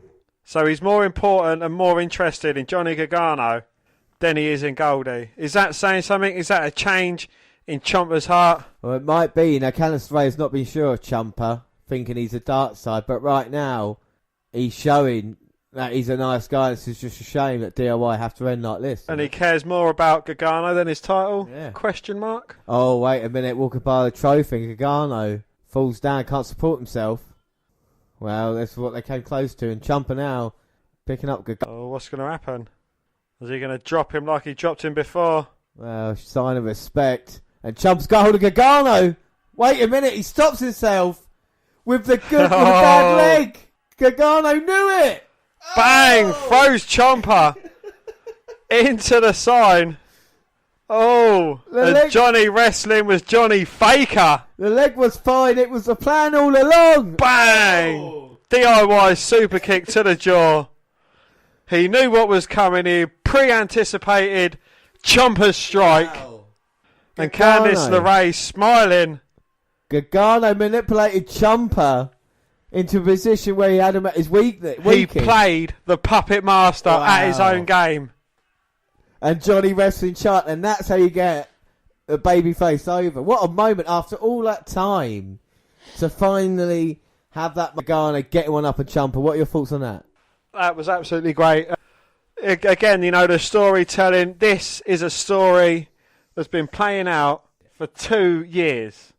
It's come full circle, and you know, I would love to see a Johnny Gargano victory over Tommaso Ciampa at NXT TakeOver New York. And therein lies the problem, because, like you said, the situation that they've built for them, or the storyline that they've built for themselves of having, like I said, seeing Ciampa turning on Gargano all the way back at TakeOver and seeing the reminiscent and hoping it's going to be Ciampa versus Gargano. But unfortunately, then we got the news that Tommaso Ciampa had been injured and had to vacate the NXT Championship. Now, we've got more details later on about Ciampa's status and when he'll be back, but we have to move on. Like I said, the show continues, and it's episode 497, March 20th.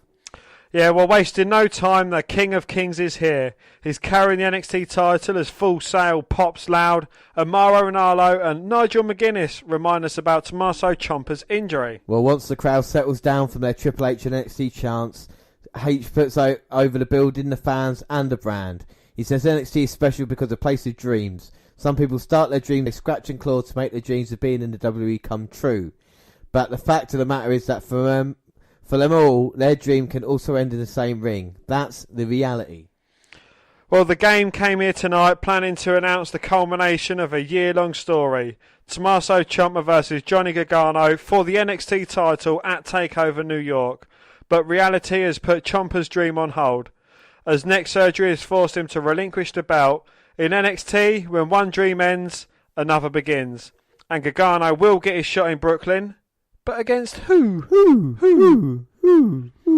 Well, we'll find out tonight, as former champions Ricochet, Ali B and Adam Cole, current North American champion Velveteen Dream, and James's favourite Matt the Bro Riddle fight for the right to face Gargano at TakeOver. Yeah, but that match has to be decisive. So in New York, it will be a 2 out of 3 falls match to determine the new NXT champion. Kathy Kelly is outside the men's dressing room looking for a reaction from the roster about the Fatal 5-Way.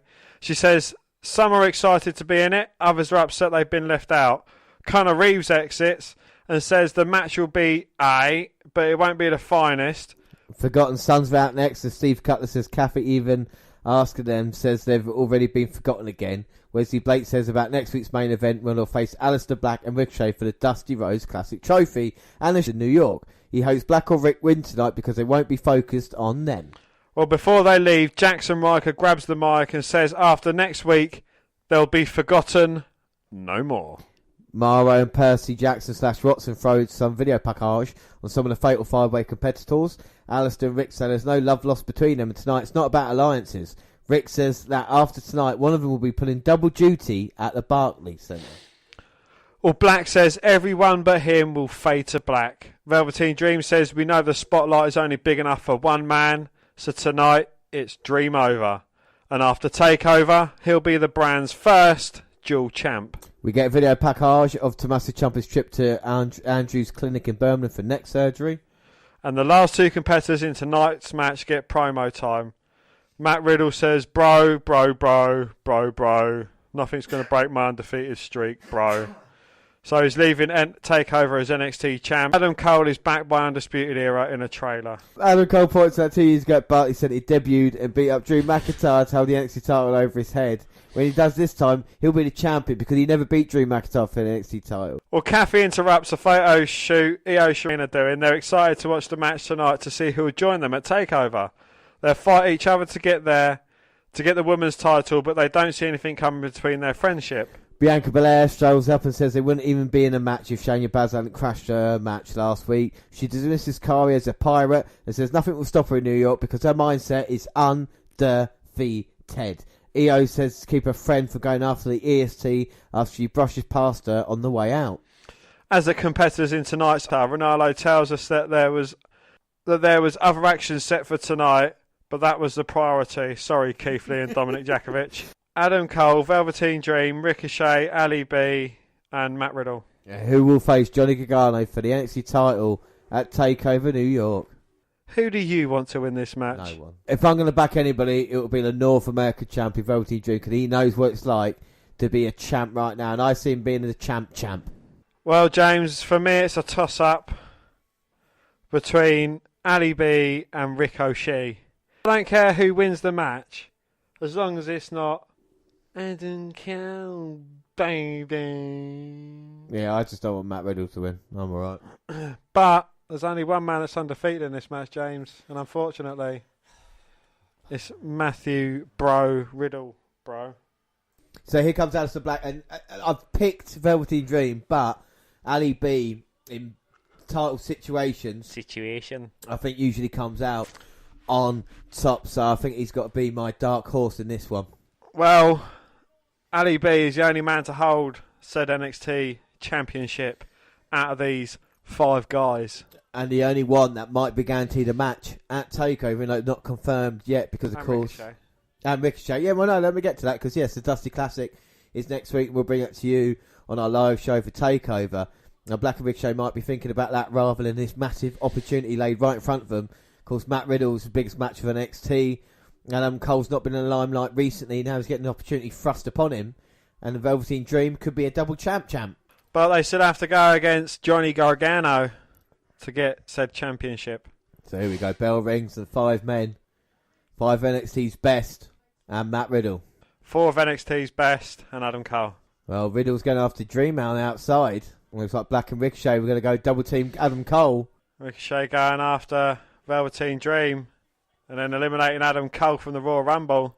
Well, unlike any 205 matches we've seen with 5 men, this is first man to get the pinfall. As Dream's rolling up Black there. Trying to get a quick victory.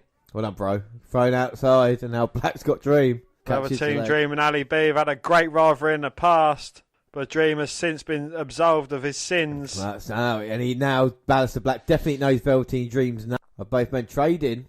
But is Black a bit more hungry now that he's had a taste of gold? I think the Dream's a little bit more experienced as well. So again, it's different to what we saw just a year ago when these 2 men completely changed. And a roll up there by Black, but they weren't successful. But caught Dream with a big kick to the face. With Adam Cole taking out the legs of Ali B. Gets caught with a kick across the chest. I hope that fucking hurt you, twat. And of course, Adam Cole and Aleister Black have had problems along the way. And Dream knocks down Black. Well, Ricochet turns his attentions back to Velveteen Dream. Rolls across the back. Rolls underneath. Head scissors takedown. Nips up to his feet. A lovely standing drop kick sends Dream to the outside. Go on, Ricochet. Knock him out. And now here comes Matt Riddle in with a gut wrench. Like you said, Dan, the only undefeated man in this one and not letting go of Ricochet. Rolls through with 3 gut wrench suplexes. That's quite a very good technique, though, from Matt Riddle. Well, not bad, and the fans definitely get behind him, and now Adam Cole in, but beautifully stopping the move by Riddle, and a step up in Seguri there. And now Adam Cole's going to work in a corner, stomping the mud hole, walking it dry. Adam Cole, baby, and the fans definitely behind him, but he hasn't got time to fuck around in this type of match. No, because Ali B straight up gets a kick to the midsection. Oh my God, now. And a tag team working really well together. But a face-off between Ali B and Ricochet. This is for all the bananas. They've got to put their tag team aside for this match. And the fans know how important it is, and so do Black and Ricochet. A handshake, and now these 2 guys square off. Adam Cole chucking Ricochet into Black. He sends Black to the outside, and he turns his attentions back to Ricochet, the man who took his North American Championship off him. Swinging neck breaker. Goes for the cover, but Ricochet managing to kick out. Riddle up in the apron and then knocked down with a forearm. He's looking really cool in this match, bro. Well, he's not flip-flopping about. He's not, but Adam Cole there, suplex and a float over, but can't get Ricochet down. Aleister Black trying to get into the ring. But he gets kicked out by Adam Cole. He was doing a great damage control at ringside at the moment. Adam Cole, of course, and Ricochet. Adam Cole lost his North American Championship to Ricochet. Bad feelings towards him. He's back suplexed him down. A Velveteen Dream looking to come up onto the apron. Adam Cole trying to take him out, but gets caught with his shoulder to the midsection. Ricochet takes him out. A knee to the back sends Ricochet flying out the ring. And now the Dream, who seems fully focused in this match, going straight to work on Adam Cole. Irish Whip reversed by Cole. Velveteen Dream slides. And he catches Adam Cole with a huge right hand, knocks him down. Goes up top. Double axe handle smash. Turns the attentions to Ali B though. And then throws Adam Cole out. Eliminates him from the Rumble. Now Dream's going to go flying. Takes down Cole. And now he throws Adam Cole in. He might feel the end is coming. The Purple Rainmaker. But he's going up to hit it. No, Matt catches him. German suplex.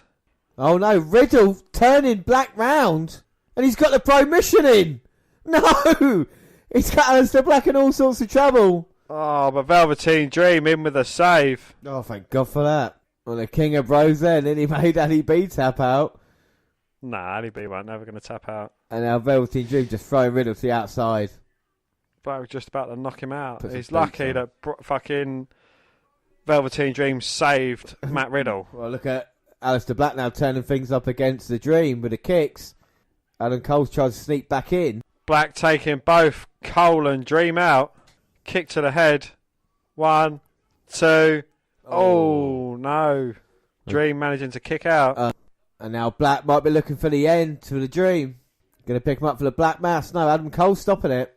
Throws Cole knees first. Throws Ali B knees first into the steel steps. And now Matt Riddle's in and he's facing off with Adam Cole. And these two men could be the future of NXT, and we're getting bro chants. And Adam Cole trying to respond with forearms, chops by Riddle. And he's winning it in a moment, but here we go. Cole stomping on the foot. That's what it's all about. He's got him in his sights, but Matt Riddle grabs the leg. Ankle lock, Bro Mission locked in. And Dream now getting better of both men in the ring. I think Danny Burch should have been in this match, personally. And a huge chop to Dream, but a kick by Cole. Kick by Dream to Cole. Ricochet in. Rolls him through, nips up. Oh, a lovely kick to the head. Super kick from Cole. A bro knee from Riddle. And now Black, who hasn't had the best out of Riddle yet. Both men exchanging kicks. And all 5 men are down. God, what an exchange that was. And now Ricochet slowly gets to his feet. It's what it means to fight for the NXT title at TakeOver. Ricochet turns his attentions to Matt Riddle. He's go up top to finish him. Go on, Rick. Get him, son. Well, can Ricochet pull double duty? No, Adam Cole's stopping him. And now Cole's going to try a superplex on Ricochet. Oh, but Velveteen Dream up to... And now he's going up as well with Adam Cole and Ricochet. All 3 of them in no man's land. Ali B making his way up to his feet. Is he going to join them? And now here comes Matt Riddle as well. And all 4 men going up on that top turnbuckle. Side rush and leg sweep. Cole and from Black and Riddle to Velveteen Dream and Adam Cole, who superplex Ricochet over. All 5 men are down. And I think Ricochet got the worst of that exchange. I don't know why all 4 men decided that would be a great idea, them risking it all. And now Aleister Black, Velveteen Dream looking at each other. Last 2 men in the ring. The North American champ and the former NXT champion. Well, shot by the Dream. Vicious stuff, but Aleister seems to have a response. Dream shoulder barges Ali B into the corner, who kicks Dream off. Black perch on the second rope. Double knees. Kick to the head. Snap German suplex. Bridges out. Oh, LeBroton breaks it up. And now Riddle's got Aleister Black. Broplex. Oh, rolls through with a Brover. Oh, Adam Cole stops the victory there for Riddle. Bro punches to the chest. Oh, the chops. Goes for the Bros line, but missed. Adam Cole with a super kick. It's caught Riddle. Oh, neck breaker. Go for the cover. 1, 2. Oh, no, but Ricochet breaks it up. Oh, my God. Oh, well, Ricochet with a fake kick. Axe kick to the back of his head. Cole with the eye rake. Super kick to the head. Kick to the back of the head. Oh, now Adam Cole's going to look for the last shot. No, Ricochet ducks it. Reverse Hurricane Rana. And it says Adam Cole all the way to the outside. Ricochet can't capitalise. I don't think Ricochet's finished just yet. Handspring over the top. Takes out Adam Cole. Baby. Oh my God. Beautiful move. And Adam Cole's out. If it was a false count anywhere, Ricochet would be challenging for the NXT Championship. And now it's Matt Riddle and an Olympian Velveteen Dream in the ring. And a chop to Velveteen Dream. And Riddle is riding Dream. Rolls through, but Dream holds on. Went for the DDT, but blocked again. Oh. Knee to the jaw. And now he's going to throw missions in. And the Dream's caught in the middle of the ring. Trying to wiggle out. Adam Cole drags the ref out. And the Dream is tapping there. Riddle saw it, but Cole there with the referee. Riddle takes out Cole. Black Mass. Black Mass. Yes. Hey. Purple Rainmaker. Dream Valley Driver. Dream Valley Driver. Now the Dream's going to go up. Purple Rainmaker. He's taking his time. Come on, Dream, hurry up. You haven't won the match yet, mate. Oh, here comes Ricochet. Hurricane Rana's him off into Black and Cole. And now Ricochet going up. Looking to put Matt Riddle away. Shooting star. Hits it. Goes for the cover. 1, 2. Oh, fucking twat. Last shot. Cole with the cover. Twat. 1, Twat. 2, Twat. 3. Adam Cole, baby, is going to NXT TakeOver. He pins Ricochet and will face Johnny Gargano in a 2 out of 3 falls match for the NXT Championship.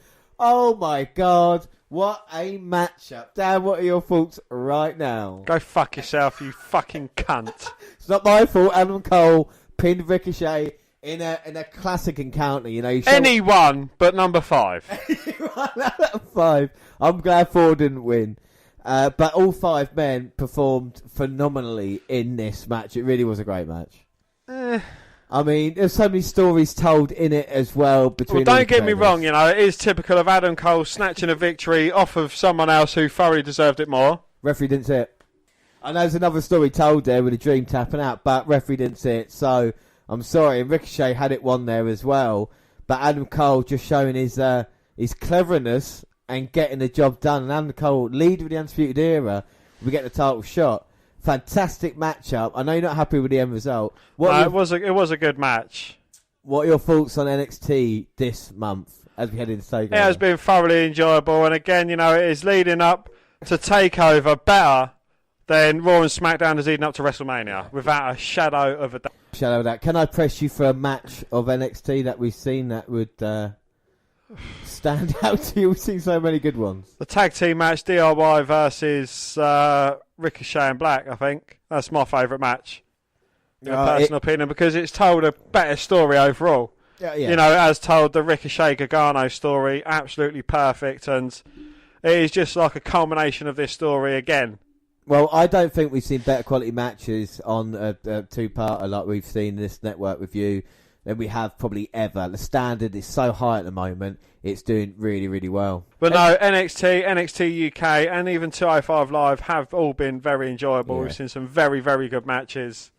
You know, I hope for many more to come. Yeah, without a doubt. Well, Tommaso Ciampa's given his reaction to relinquishing the WWE NXT title due to undergoing neck surgery. He broke his silence on the move on Wednesday night on his official Twitter account. He wrote, "A small piece of me died tonight. The greatest 237 days of my life." And let me just add that he has made an absolutely brilliant NXT champ. When we first started doing this podcast, I would never, ever, ever thought that Ciampa be champion, let alone be one of the greatest heels I've seen in NXT, let alone, you know, him and Johnny Gargano having some of the greatest matches I've seen in wrestling. Well, and it's a damn shame, you know, like I said, with the injury originally that he had on the leg and now with the neck, it's a shame. We don't know how long he's going to be out, but usually with neck surgery like that, you could be looking anywhere from 9 months to a year. So that's the problem with Ciampa at the moment. But other plans for NXT TakeOver as well. Dreamers NXT North America title will have a home at TakeOver New York coming up. GM William Regal added another match to the undercard. Yes, well, William Regal wrote on Twitter last night, Matt Riddle nearly had Velveteen Dream beat in the Fatal 5-Way while Riddle came up short. I want to see what happens when Riddle and Dream compete one-on-one for the NXT North American title at NXT TakeOver New York. James, you're number one going to go up against your number. Thoughts, please? I am really interested to see what they do, and I'm just glad Dream will have will have an easy North American title defense.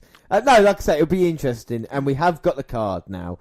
So we do know in the main event it's going to be Adam Cole versus Johnny Gargano in a 2 out of 3 falls match for the NXT Championship. We've got Shayna Baszler, who's champion, going against Kairi Sane, Io Shirai, and Bianca Belair for the Women's Championship. You've got Ricochet, Aleister Black, or the Forgotten Sons versus War Raiders for the Tag Team Championship. We've got Pete Dunne versus WALTER for the NXT UK Championship. And Velveteen Dream versus Matt Riddle for the NXT North American Championship.